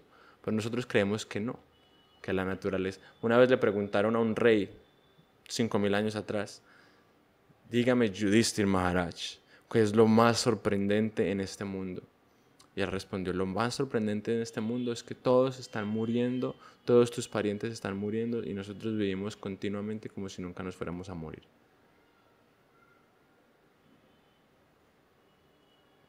Ya. Nada que agregar. Listo, listo, Brin. Muy bien. En línea con esas preguntas, quiero saber qué postura tienes sobre la sexualidad desde la espiritualidad. La sexualidad es también una energía. Algo muy bonito también que se habla en el Bhagavad Gita es de que nosotros tenemos un término sánscrito, como se lo mencionan en el Bhagavad Gita, es un Kriya Shakti. Significa la facultad o el poder de actuar. Y con cada acción nosotros tenemos la capacidad de elevar nuestra conciencia o degradar nuestra conciencia. El sexo es igual. Tenemos la capacidad de que el sexo sea algo que nos eleve o que el sexo sea algo que nos degrade. Si hacemos dinero, tenemos la capacidad que ese dinero nos eleve o ese dinero nos degrade. Hemos visto personas como con mucho dinero se gastan todo en drogas. Una vez me contaron así algo que yo, pues, cuando yo era pequeño, ¿no? Dijeron, una veces piensa que los colegios públicos son más malos porque mucha gente que no tiene plata, entonces por eso están metidos en drogas. Pero después uno iba a los colegios caros y no, tienen más plata para drogas. Entonces, y para drogas más caras y más dañinas. Entonces, Claro. el punto es, tenemos esta capacidad de actuar. Entonces tenemos que ser muy conscientes de que cada acción que hagamos sea para elevarnos y no para degradarnos. Entonces el sexo o la sexualidad en general es algo que ha sido visto y analizado en los Vedas también, y es algo que es muy sagrado. Lo sexual, la actividad sexual es algo muy sagrado, la creación misma, así como tú y yo nacimos de la sexualidad, todo el universo también surge de esta unión cósmica de la divinidad masculina y femenina. Tiene mucha lógica, sí. Si tú naces de masculino y femenino uniéndose, pues esto podemos decir como un concepto filosófico que de ahí nace la creación, de esta unión masculino y femenino en general, en el todo. Entonces ese es el concepto que se tiene, entonces se considera algo muy sagrado y que es con el propósito de elevar nuestra conciencia.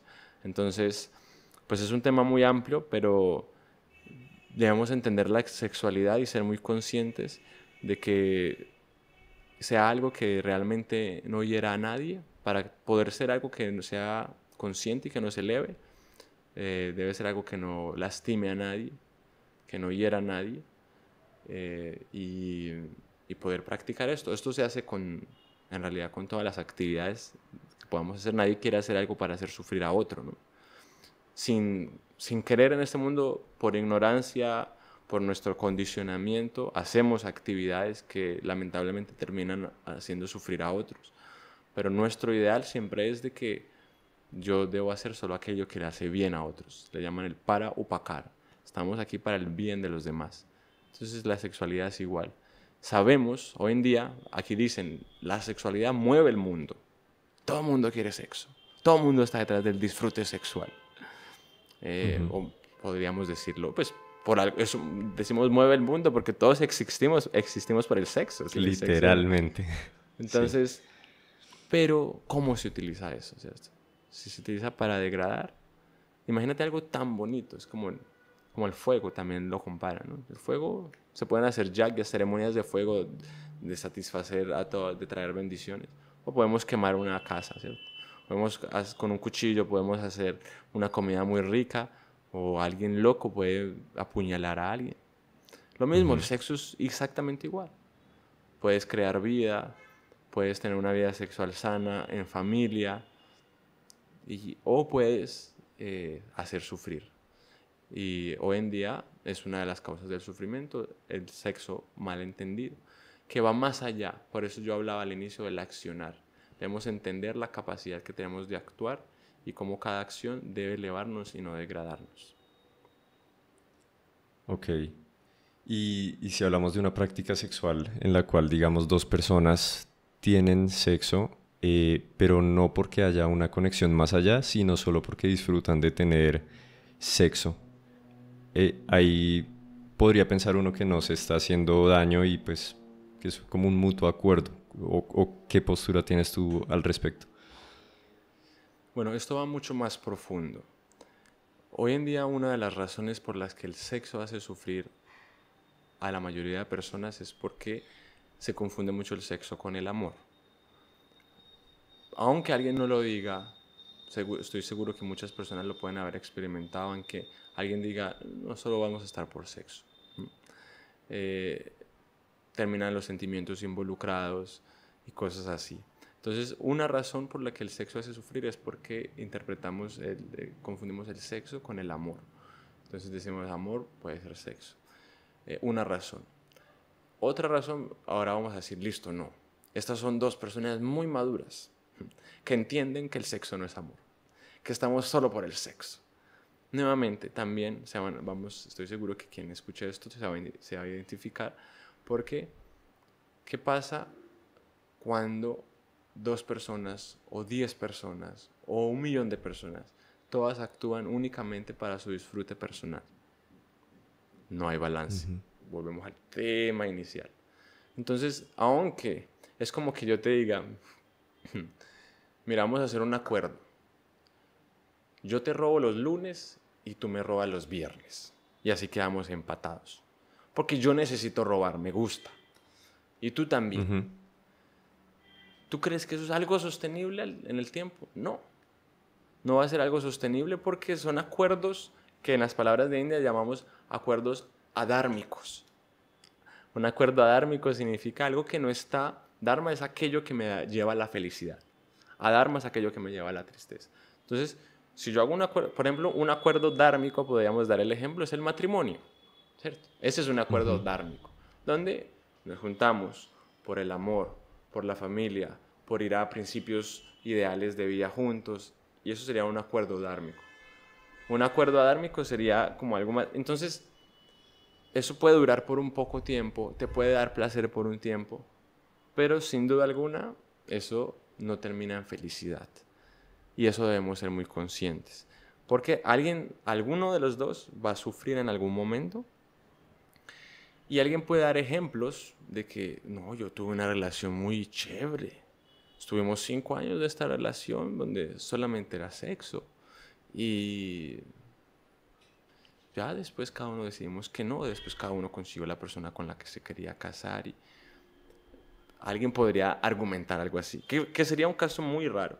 Aún así, todo esto va afectando nuestro ser y eso crea impresiones en nosotros las cuales no son siempre positivas. Porque somos muy cambiantes, ¿cierto? Tú no te vas a juntar sexualmente con esa persona todos los días con el mismo estado anímico, con las mismas intenciones. Todo esto va a cambiar. Entonces son cosas que no son sostenibles en el tiempo porque debemos saber que lo que yo esté haciendo, por lo menos ser muy consciente, esto realmente está beneficiando al otro. Realmente que yo haga un acuerdo para solamente tener una relación sexual con esa persona, está beneficiando al otro. Si la respuesta es sí, pues hazlo. Pero muchas veces la respuesta a muchas de estas cosas va a ser no. Lo que pasa es que es difícil, nuevamente volvemos al punto.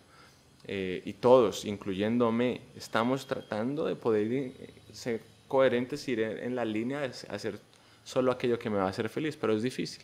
Es como si yo te digo, es coherente matar, tú matarías, a veces ese ejemplo siempre lo dan los veganos, tú matarías aquí a esta vaca y te la comes. Pocos son capaces de decir sí, ¿cierto? Algunos, he escuchado algunos que sí, con todo el gusto, pero la mayoría es como, uy, no. Imagínate que tú seas capaz y eres capaz de matar al... Entonces hay cosas que no somos capaces, no están en nuestra naturaleza y debemos ser conscientes de eso. Entonces es una muy buena pregunta y es bueno hablar del tema porque a veces en las partes espirituales lo ven como un tabú, ¿cierto? Eso no se habla. Los santos no hablan de eso, pero ¿cómo que no lo hablamos? El mundo se mueve de eso, nacimos de eso. Y precisamente por no hablarlo es que no aprendemos cómo relacionarnos nuevamente con el sexo de una manera que te haga feliz y que no haga sufrir a nadie. Es pues, quitar el velo de la ignorancia, ¿no? En términos que has mencionado. ¿Tú percibes algunos valores o pilares en común entre las religiones? ¿Las grandes religiones? Sí, de hecho hay muchas cosas en común que tienen todas las diferentes tradiciones. Yo diría que desafortunadamente hay muchas cosas que se han ido cambiando por conveniencia, ¿cierto? Cuando se institucionalizó mucho todo, todos sabemos, inclusive, o sea, es sabido, no es un secreto que yo estoy diciendo acá, por ejemplo, en el cristianismo, todas las modificaciones que hubieron, cómo el cristianismo nació como institución y tristemente cómo las enseñanzas puras y hermosas de Jesús no necesariamente se transmiten a gran escala como literalmente Él las quiso dar, etcétera, etcétera. Pero en su esencia, menciono esto porque digamos que pueden haber muchas diferencias que son a raíz de que se tergiversaron mucho después las enseñanzas originales de estos profetas, ¿cierto? La mayoría de religiones grandes hoy en día tienen el libro y el profeta, ¿cierto? Entonces está, no sé, Jesús y la Biblia, está Mohammed y el Corán, está Buda y el budismo y los diferentes textos budistas. Entonces, pero todas tienen mucha relación en común, sin duda alguna, y pues a mí me gusta mucho el estudio de la filosofía de las religiones y ahí uno empieza a encontrar que, por ejemplo, las enseñanzas de Jesús son muy bonitas, pero uno en algún momento uno ve, pero es que aquí hay algo que falta, y no es que le faltó a Jesús, ¿no? Pero cosas que no encajan, simplemente esto no encaja. Entonces, ahí es donde uno se vuelve todo mucho más interesante. Entonces, pues la respuesta corta es sí, hay muchas similitudes, sin duda alguna, en las grandes religiones. ¿Cuáles podrías decir que son algunas de estos pilares o pensamientos o creencias en común? Pues algunas pocas. Bueno, hay muchos que me gustan. Mi favorito es que en todas las tradiciones y las religiones, una de las maneras de conectar con Dios es a través del canto. Todos cantan, recitan oraciones. ¿Por qué? Porque el nombre, la palabra, es muy poderosa. Y eso todas las horas, todas las religiones, tradiciones grandes y chiquitas, nuestros indígenas, indígenas no es una buena palabra, ¿cómo es? Nuestros nativos de Colombia y de diferentes partes de América, todos se conectaban con cantos, bailes ancestrales, todo muy bonito. Entonces eso es algo en común que me gusta mucho. Repito, y eso es un tema también quizás para ver después, pero es porque es el poder del nombre, que algo que no sabemos, el poder de la palabra, el poder de la intención, de lo que decretamos, de lo que queremos, el nombre. Y el nombre de Dios es muy poderoso. Una cosa es que yo diga Juan David. Entonces, por ejemplo, aquí uno puede orarle a Jesús, ¿cierto? Y decir Jesús y es un nombre poderoso. Si yo digo Juan David, Juan David, Juan David, Juan David, pues no sé, no voy a ganar mucho por decir Juan David. Quizás lo voy a hacer feliz, pero ni siquiera para hacer feliz a Juan David no tengo que decir Juan David. Pero en la conexión, en relación con Dios y con la divinidad de estos mantras, cuando uno invoca estos mantras es como estar invocando algo muy poderoso que realmente es sanador y iluminador. Entonces eso es algo que tienen todas en común, que es el canto, que es una de mis partes favoritas. Y tienen en común esto que decía, como si son basadas en ciertos textos, tienen en común los hábitos, por ejemplo, por dar un ejemplo, en la Biblia dice no matarás, ¿cierto? Es una religión pacífica. El hinduismo también, pero por ejemplo eso es algo que fue ya mal interpretado también. Entonces algunos dicen, no, se refería a no matarás, se refiere a los humanos solamente. Pero de resto matemos lo que sea, pulpos, ballenas, elefantes, vacas, burros, serpientes, perros. Pero entonces, Ujú. pero no, era como no matarás, no causarás daño. Y así, entonces hay como muchos, los valores básicos obviamente están comunes en común en todo, ¿cierto? No robarás, no mentir, enfocar tu mente en Dios. Algo que está en común, los rosarios, por ejemplo. Hay rosarios en el cristianismo, hay rosarios en el islam, hay rosarios en el hinduismo, en el budismo.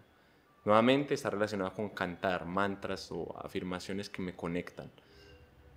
Entonces, Ujú. eso es como lo que me ven ahorita, pero sin duda alguna muchas similitudes que uno podría hacer. Hay un libro muy bonito que es como hinduismo y cristianismo y sus similitudes. ¿Así se llama el libro?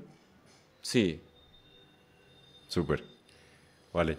Luego de 15 años viviendo en India, ¿qué opinión tienes de la cultura colombiana?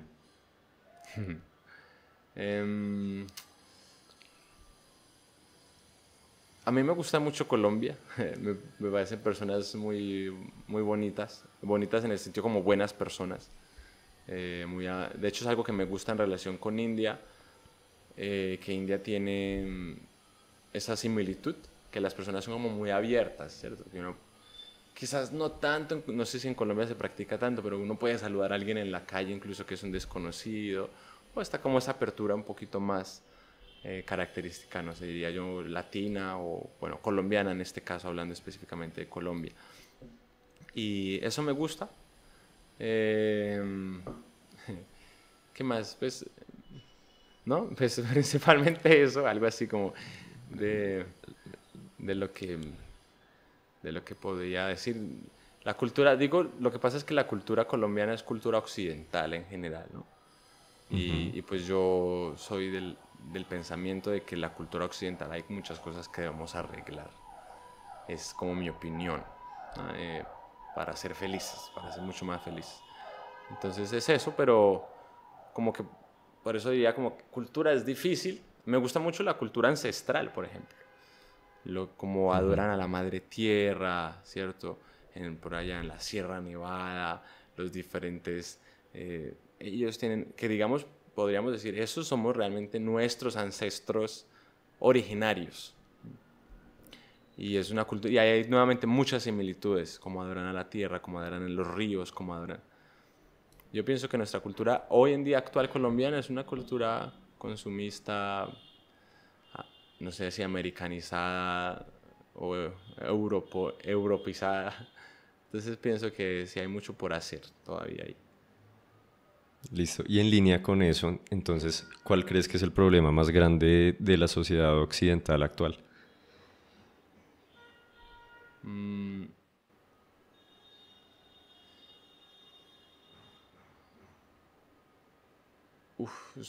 es que hay tantos ¿Cuál problemas. de todos? ¿Cuál de todos escoger? Pero yo diría que un problema grande es que no conocemos cuál es el verdadero propósito de nuestra existencia. Ok. Ese es el propósito. Y que buscamos la felicidad en lugares equivocados, que nos ha dicho la sociedad. Y eso es una gran problemática. Y también lo que hablamos al inicio, que todos queremos solo tomar, queremos ser el centro y no queremos dar. Esos son como grandes problemáticas, pero el problema del propósito, nuevamente siento que, que todos resonan con esto, es que no tenemos un propósito más profundo. Inclusive cuando alguien muy exitoso económicamente, muy exitoso, no sé, famoso, en diferentes áreas de su vida, igual a veces se ve desprovisto de un propósito más profundo. Entonces, si tuviésemos ese propósito más profundo, se arreglarían muchos problemas. Vale, Brin. Última de las preguntas que tengo para que pasemos a unas del público. Y en relación nuevamente con la sexualidad, que no la quiero dejar pasar. Eh, los monjes pues practican el celibato. ¿Qué hay detrás de estas prácticas? Bueno, nuevamente, como hablaba ahora, la energía sexual es una energía muy poderosa, muy sagrada, y esta energía vital que todos tenemos es una energía que se debe utilizar bien, ¿cierto? En una forma chistosa pero directa, como no malgastarla por ahí así nomás, ¿cierto? Entonces, los monjes o quienes toman voto de celibato, pues ellos buscan contener esta energía para poderse enfocar. ¿Qué pasa? Nuevamente. De hecho, la palabra en sánscrito de sexo o lujuria no va dirigida solamente a la lujuria o al sexo, sino que significa el deseo. ¿Cierto? Entonces nosotros Bien. necesitamos modificar esa parte del deseo. El deseo que del disfrute. Queremos disfrutar. Entonces, ¿por qué estoy mencionando eso? Porque el que toma el voto de celibato simplemente él dice, yo quiero un disfrute más elevado. Yo quiero un disfrute que vaya en una dirección donde me pueda centrar. Entonces, digamos, por poner un ejemplo X, un monje súper elevado. Si tú le dices, oiga, ¿usted qué quiere? Ir a cantar en su mala, en un árbol, así meditando, con una cara así bonita, así como un monje, si bien. ¿Usted prefiere ir a hacer eso 2 horas? ¿O quiere irse a acostar con una mujer ahorita y en un cuarto?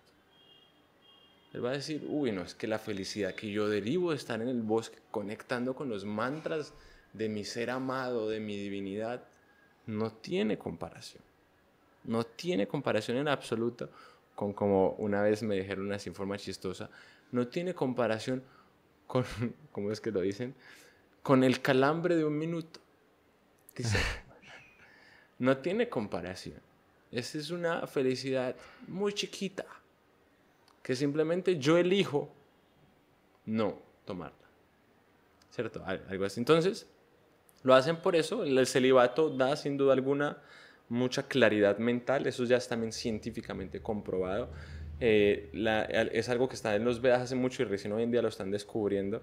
El semen, la energía sexual, cuando no sale, porque eso es una energía que está ahí, ¿cierto? Inclusive algunos doctores son de la opinión de no, eso tiene que salir, eso tiene que salir. Mm, Pero no, aquí en los Vedas son de la opinión de esa energía que está ahí, se contiene, finalmente, toda la energía no es, nunca se concentra así nomás, sino sería algo dañino, ¿no? La energía fluye. Entonces, ¿qué hace para fluir? Sube.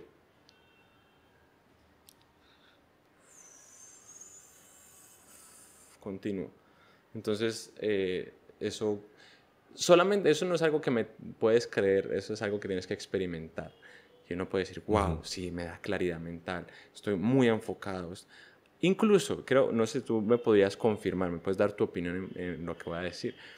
Cuando alguien está muy distraído en el sexo, está desenfocado muchas veces. O sea, porque si alguien está Mm. muy enfocado, pero imagínese a alguien que está como así muy sexual, te desenfocas de tu propósito, inclusive económico, y terminas como un loquillo en busca de ese momento, esos segundos de emoción, ¿cierto? Claro. Esas sensaciones, ¡puc! Pic, que duran un segundo y no tienen un propósito más profundo. Entonces los monjes, si ellos buscan esto, no es fácil, no es algo que es fácil, porque es que el deseo sexual es un deseo muy fuerte en los Un seres instinto. humanos. Entonces es muy admirable alguien que lo logra, muy admirable alguien que Sí. lo logra, pero lo hacen con ese propósito.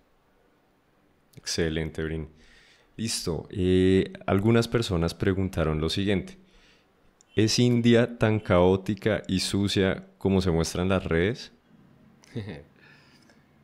Sí, no, mentiras, no. Eh, sí y no. ¿Qué pasa? Hoy en día todos los youtubers, instagramers y todo, o bueno, no todos, pero muchos, desafortunadamente, vienen a India con una actitud amarillista. De hecho, yo lo he comprobado. Si tú vas al río Ganges, en los Himalayas, ¿cierto? Creo donde estuvimos con tu mamá, y donde está completamente limpio, y haces un video diciendo, wow, qué bonito este río, aquí limpio, miren el Ganges completamente limpio, nos vamos a bañar. A que si tú haces un video, aquí estamos, el río más contaminado del mundo, cadáveres flotando, basura, contaminación, ¡puf! 3 millones Viral. de vistas, Sí. ¿cierto? Entonces, eso es lo que pasa. Entonces, por eso ese contenido está más viralizado, está exponenciado. Es como que alguien, como cuando los colombianos se enojan porque dice, ah, Colombia, ah, Pablo Escobar. Colombia, ah, cocaína. Colombia, ah, narcotraficantes. Tú dices, hey, hey, esto no es Colombia, ¿verdad? Uno dice eso. Claro, Lo total, total. mismo, con India es lo mismo. No significa que no hay, pero eso no es lo que identifica a nuestro país como Colombia, ¿cierto? Lo mismo India, hay basura, hay caos, hay contaminación, pero eso no es lo que identifica a la India. Y, y va mucho más allá. Entonces la respuesta es, sí lo vas a encontrar, pero la India es mucho más que eso. Ok. ¿Cuáles son algunos de los valores esenciales de la cultura hindú? Valores esenciales de la cultura hindú. Eh, bueno, muchos, pero por decir unos pocos rápido. El respeto a los mayores, el honrar a la divinidad, al creador de todo, a Dios. Eh, la no violencia, el respetar la existencia y el derecho de vivir de todas las entidades vivientes, plantas, animales, etc. Ok. El- la meditación y una vida pacífica. Bueno, la no violencia es uno grande. Eh, Satyam, Satyam es la verdad, la veracidad, es uno importante también. Swacheta, la limpieza, limpieza de pensamiento, limpieza de diferentes aspectos. Eh, y bueno, por ahí, ¿no? Excelente. Listo. Muy bien. Y la última pregunta del público es, ¿hay que hacer un recorrido de construcción de disciplina previo para poder sumergirse a tal grado de la espiritualidad? ¿Puedes repetirlo una vez más? ¿Hay que hacer un recorrido de construcción de disciplina previo para poder sumergirse en la espiritualidad en este nivel? Eh, no, es necesario una disciplina continua a lo largo de toda tu vida para poder sumergirte a un nivel profundo. La disciplina es sin duda uno de los medios por el cual uno puede lograr cualquier cosa en la vida, ¿cierto? Cualquier cosa. Sin duda alguna, la espiritualidad no es la excepción. Necesitas disciplina para eso, pero inicialmente, para poder tener un vislumbre, empezar a conocer todo esto, lo único que se necesita es un interés de cambio genuino, un interés de aprender, de indagar genuino. Es lo más esencial. Ok. Dime 3 hábitos espirituales que podríamos aplicar hoy mismo. 3 hábitos espirituales que puedes aplicar hoy mismo. Dormir temprano y levantarte temprano. Ujú. En Colombia dicen, el que madruga Dios le ayuda. ¿Cierto? Ajá. Eh, Sí. Otro segundo es reevalúa lo que comes. Lo que Ok. come está elevándome o degradándome, lo que como está nutriendo mi cuerpo, lo que como está algo que que la mayoría no prestan atención.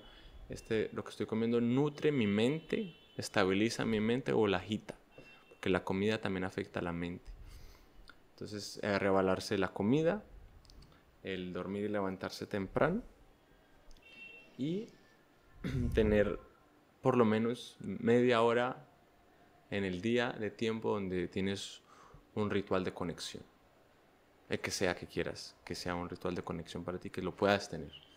Que necesitas tener un ritual práctico en el cual esa es tu práctica de conexión con tu verdadero ser y con lo que consideras como la divinidad. Esos 3. Ejemplo. Un ritual de conexión es la meditación, ¿cierto? Por ejemplo, por medio de una mala, como decíamos que hay rosarios en las diferentes tradiciones. Entonces tú puedes hacer una meditación durante 30 minutos. Esa puede ser una, y así hay muchos otros. Listo. Y la de dormir, ¿por qué? Dormir temprano y levantarse temprano.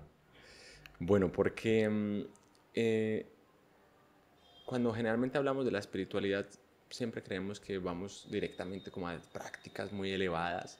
Quizás nos vamos a ir a un bosque, parar en posición del árbol y estar con la mente en blanco. Pero en realidad se Sí. empieza desde lo más básico. Entonces por eso mis recomendaciones fueron muy en lo básico, que crea el cambio más importante. La comida y el dormir es porque nosotros una de las razones por las que sufrimos es que hemos salido de la normalidad. Lo normal es dormir en la noche y levantarse en el día. Algo tan sencillo pero tan esencial. Las horas que duermes antes de la medianoche son las mejores. No sé si sabían esto también científicamente comprobado. Antes de la medianoche, las horas que duermes son las horas que más te sirven para recuperarte. Imagínate a alguien que se duerme todos los días 11, 12 de la noche, que es más de la mitad del mundo, creo yo. Y la mañana es la mejor hora para la conexión espiritual y para hacer cualquier actividad. Es como la hora de la bondad. Todo está tranquilo, todo está... La salida del sol no es casual. O sea, sale el sol y sale la luz. Es el brillar, un nuevo día, una nueva ímpetu. Y uno tiene que salir junto con eso. Entonces uno se levanta 30 minutos antes de la salida del sol. En la mayoría de los países donde ¿Tú a qué la sal... horas, ¿Cómo? tú a qué horas te duermes? Yo intento dormirme a las 9:30, 10 de la noche. Y te levantas. A las 4:30, 5 de la mañana. ¿Y recomiendas algún horario entonces para la práctica de conexión? Si la mañana. Hay un periodo que se llama el Brahma Muhurta, que es de media hora, de 30 minutos a 90 minutos antes de la salida del sol. Ok. Le llaman el Brahma Muhurta, el periodo del tiempo más auspicioso para la conexión. Ok, listo, Orin. Bueno, a modo de cierre, cuéntanos entonces un poquito sobre tus tours, dónde se pueden conseguir y dónde te pueden seguir. Ah, bueno, claro que sí. Bueno, ahí también hago la aclaración, o bueno, más que una aclaración, a mí me gusta mucho decir que justamente al inicio con Juan decíamos, bueno, pero ¿será que decimos que es una agencia o que no es una agencia?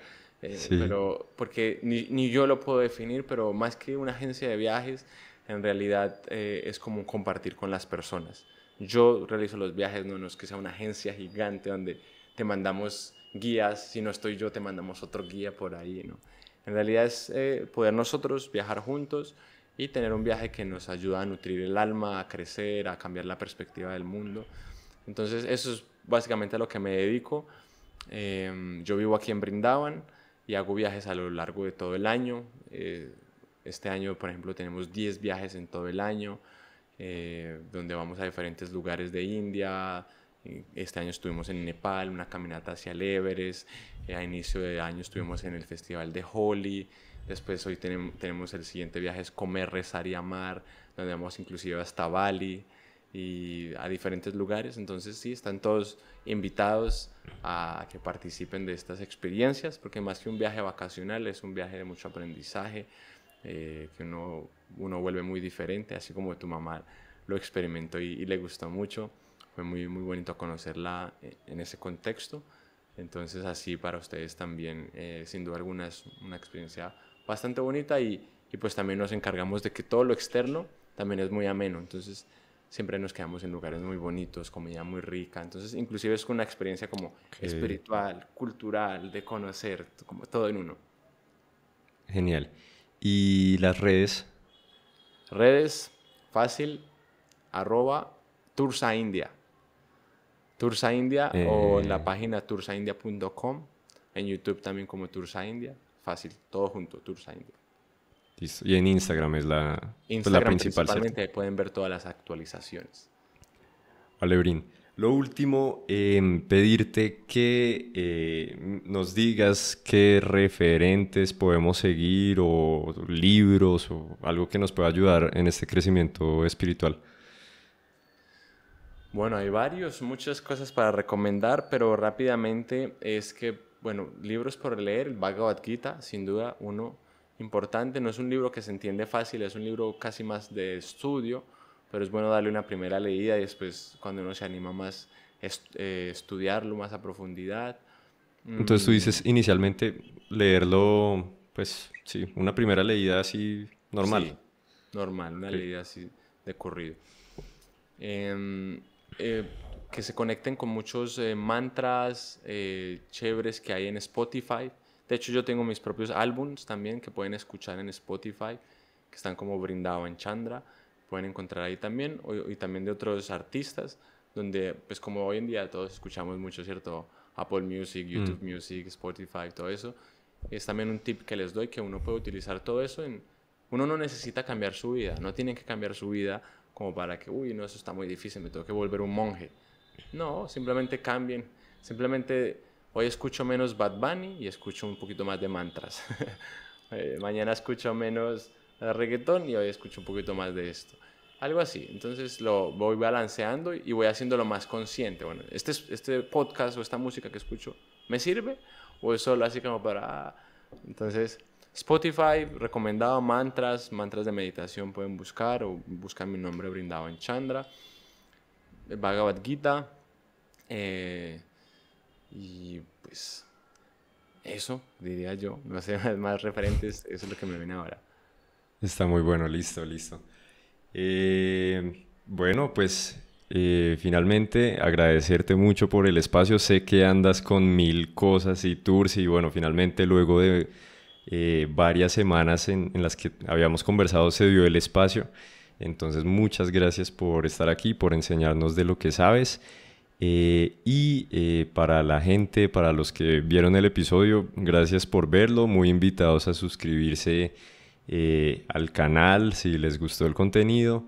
Y si tienen opiniones distintas o difieren en algo, pues ahí los leo en los comentarios. Entonces, muchas gracias, Brin. Muchas gracias por la invitación, por invitarme a compartir de esto. Muy chévere tu podcast, que es algo para el beneficio, para que todos aprendan mucho. Así que inscríbanse, por favor. Por Y, favor. y bueno, nuevamente muchas gracias. Gracias a ti. Rade, rade.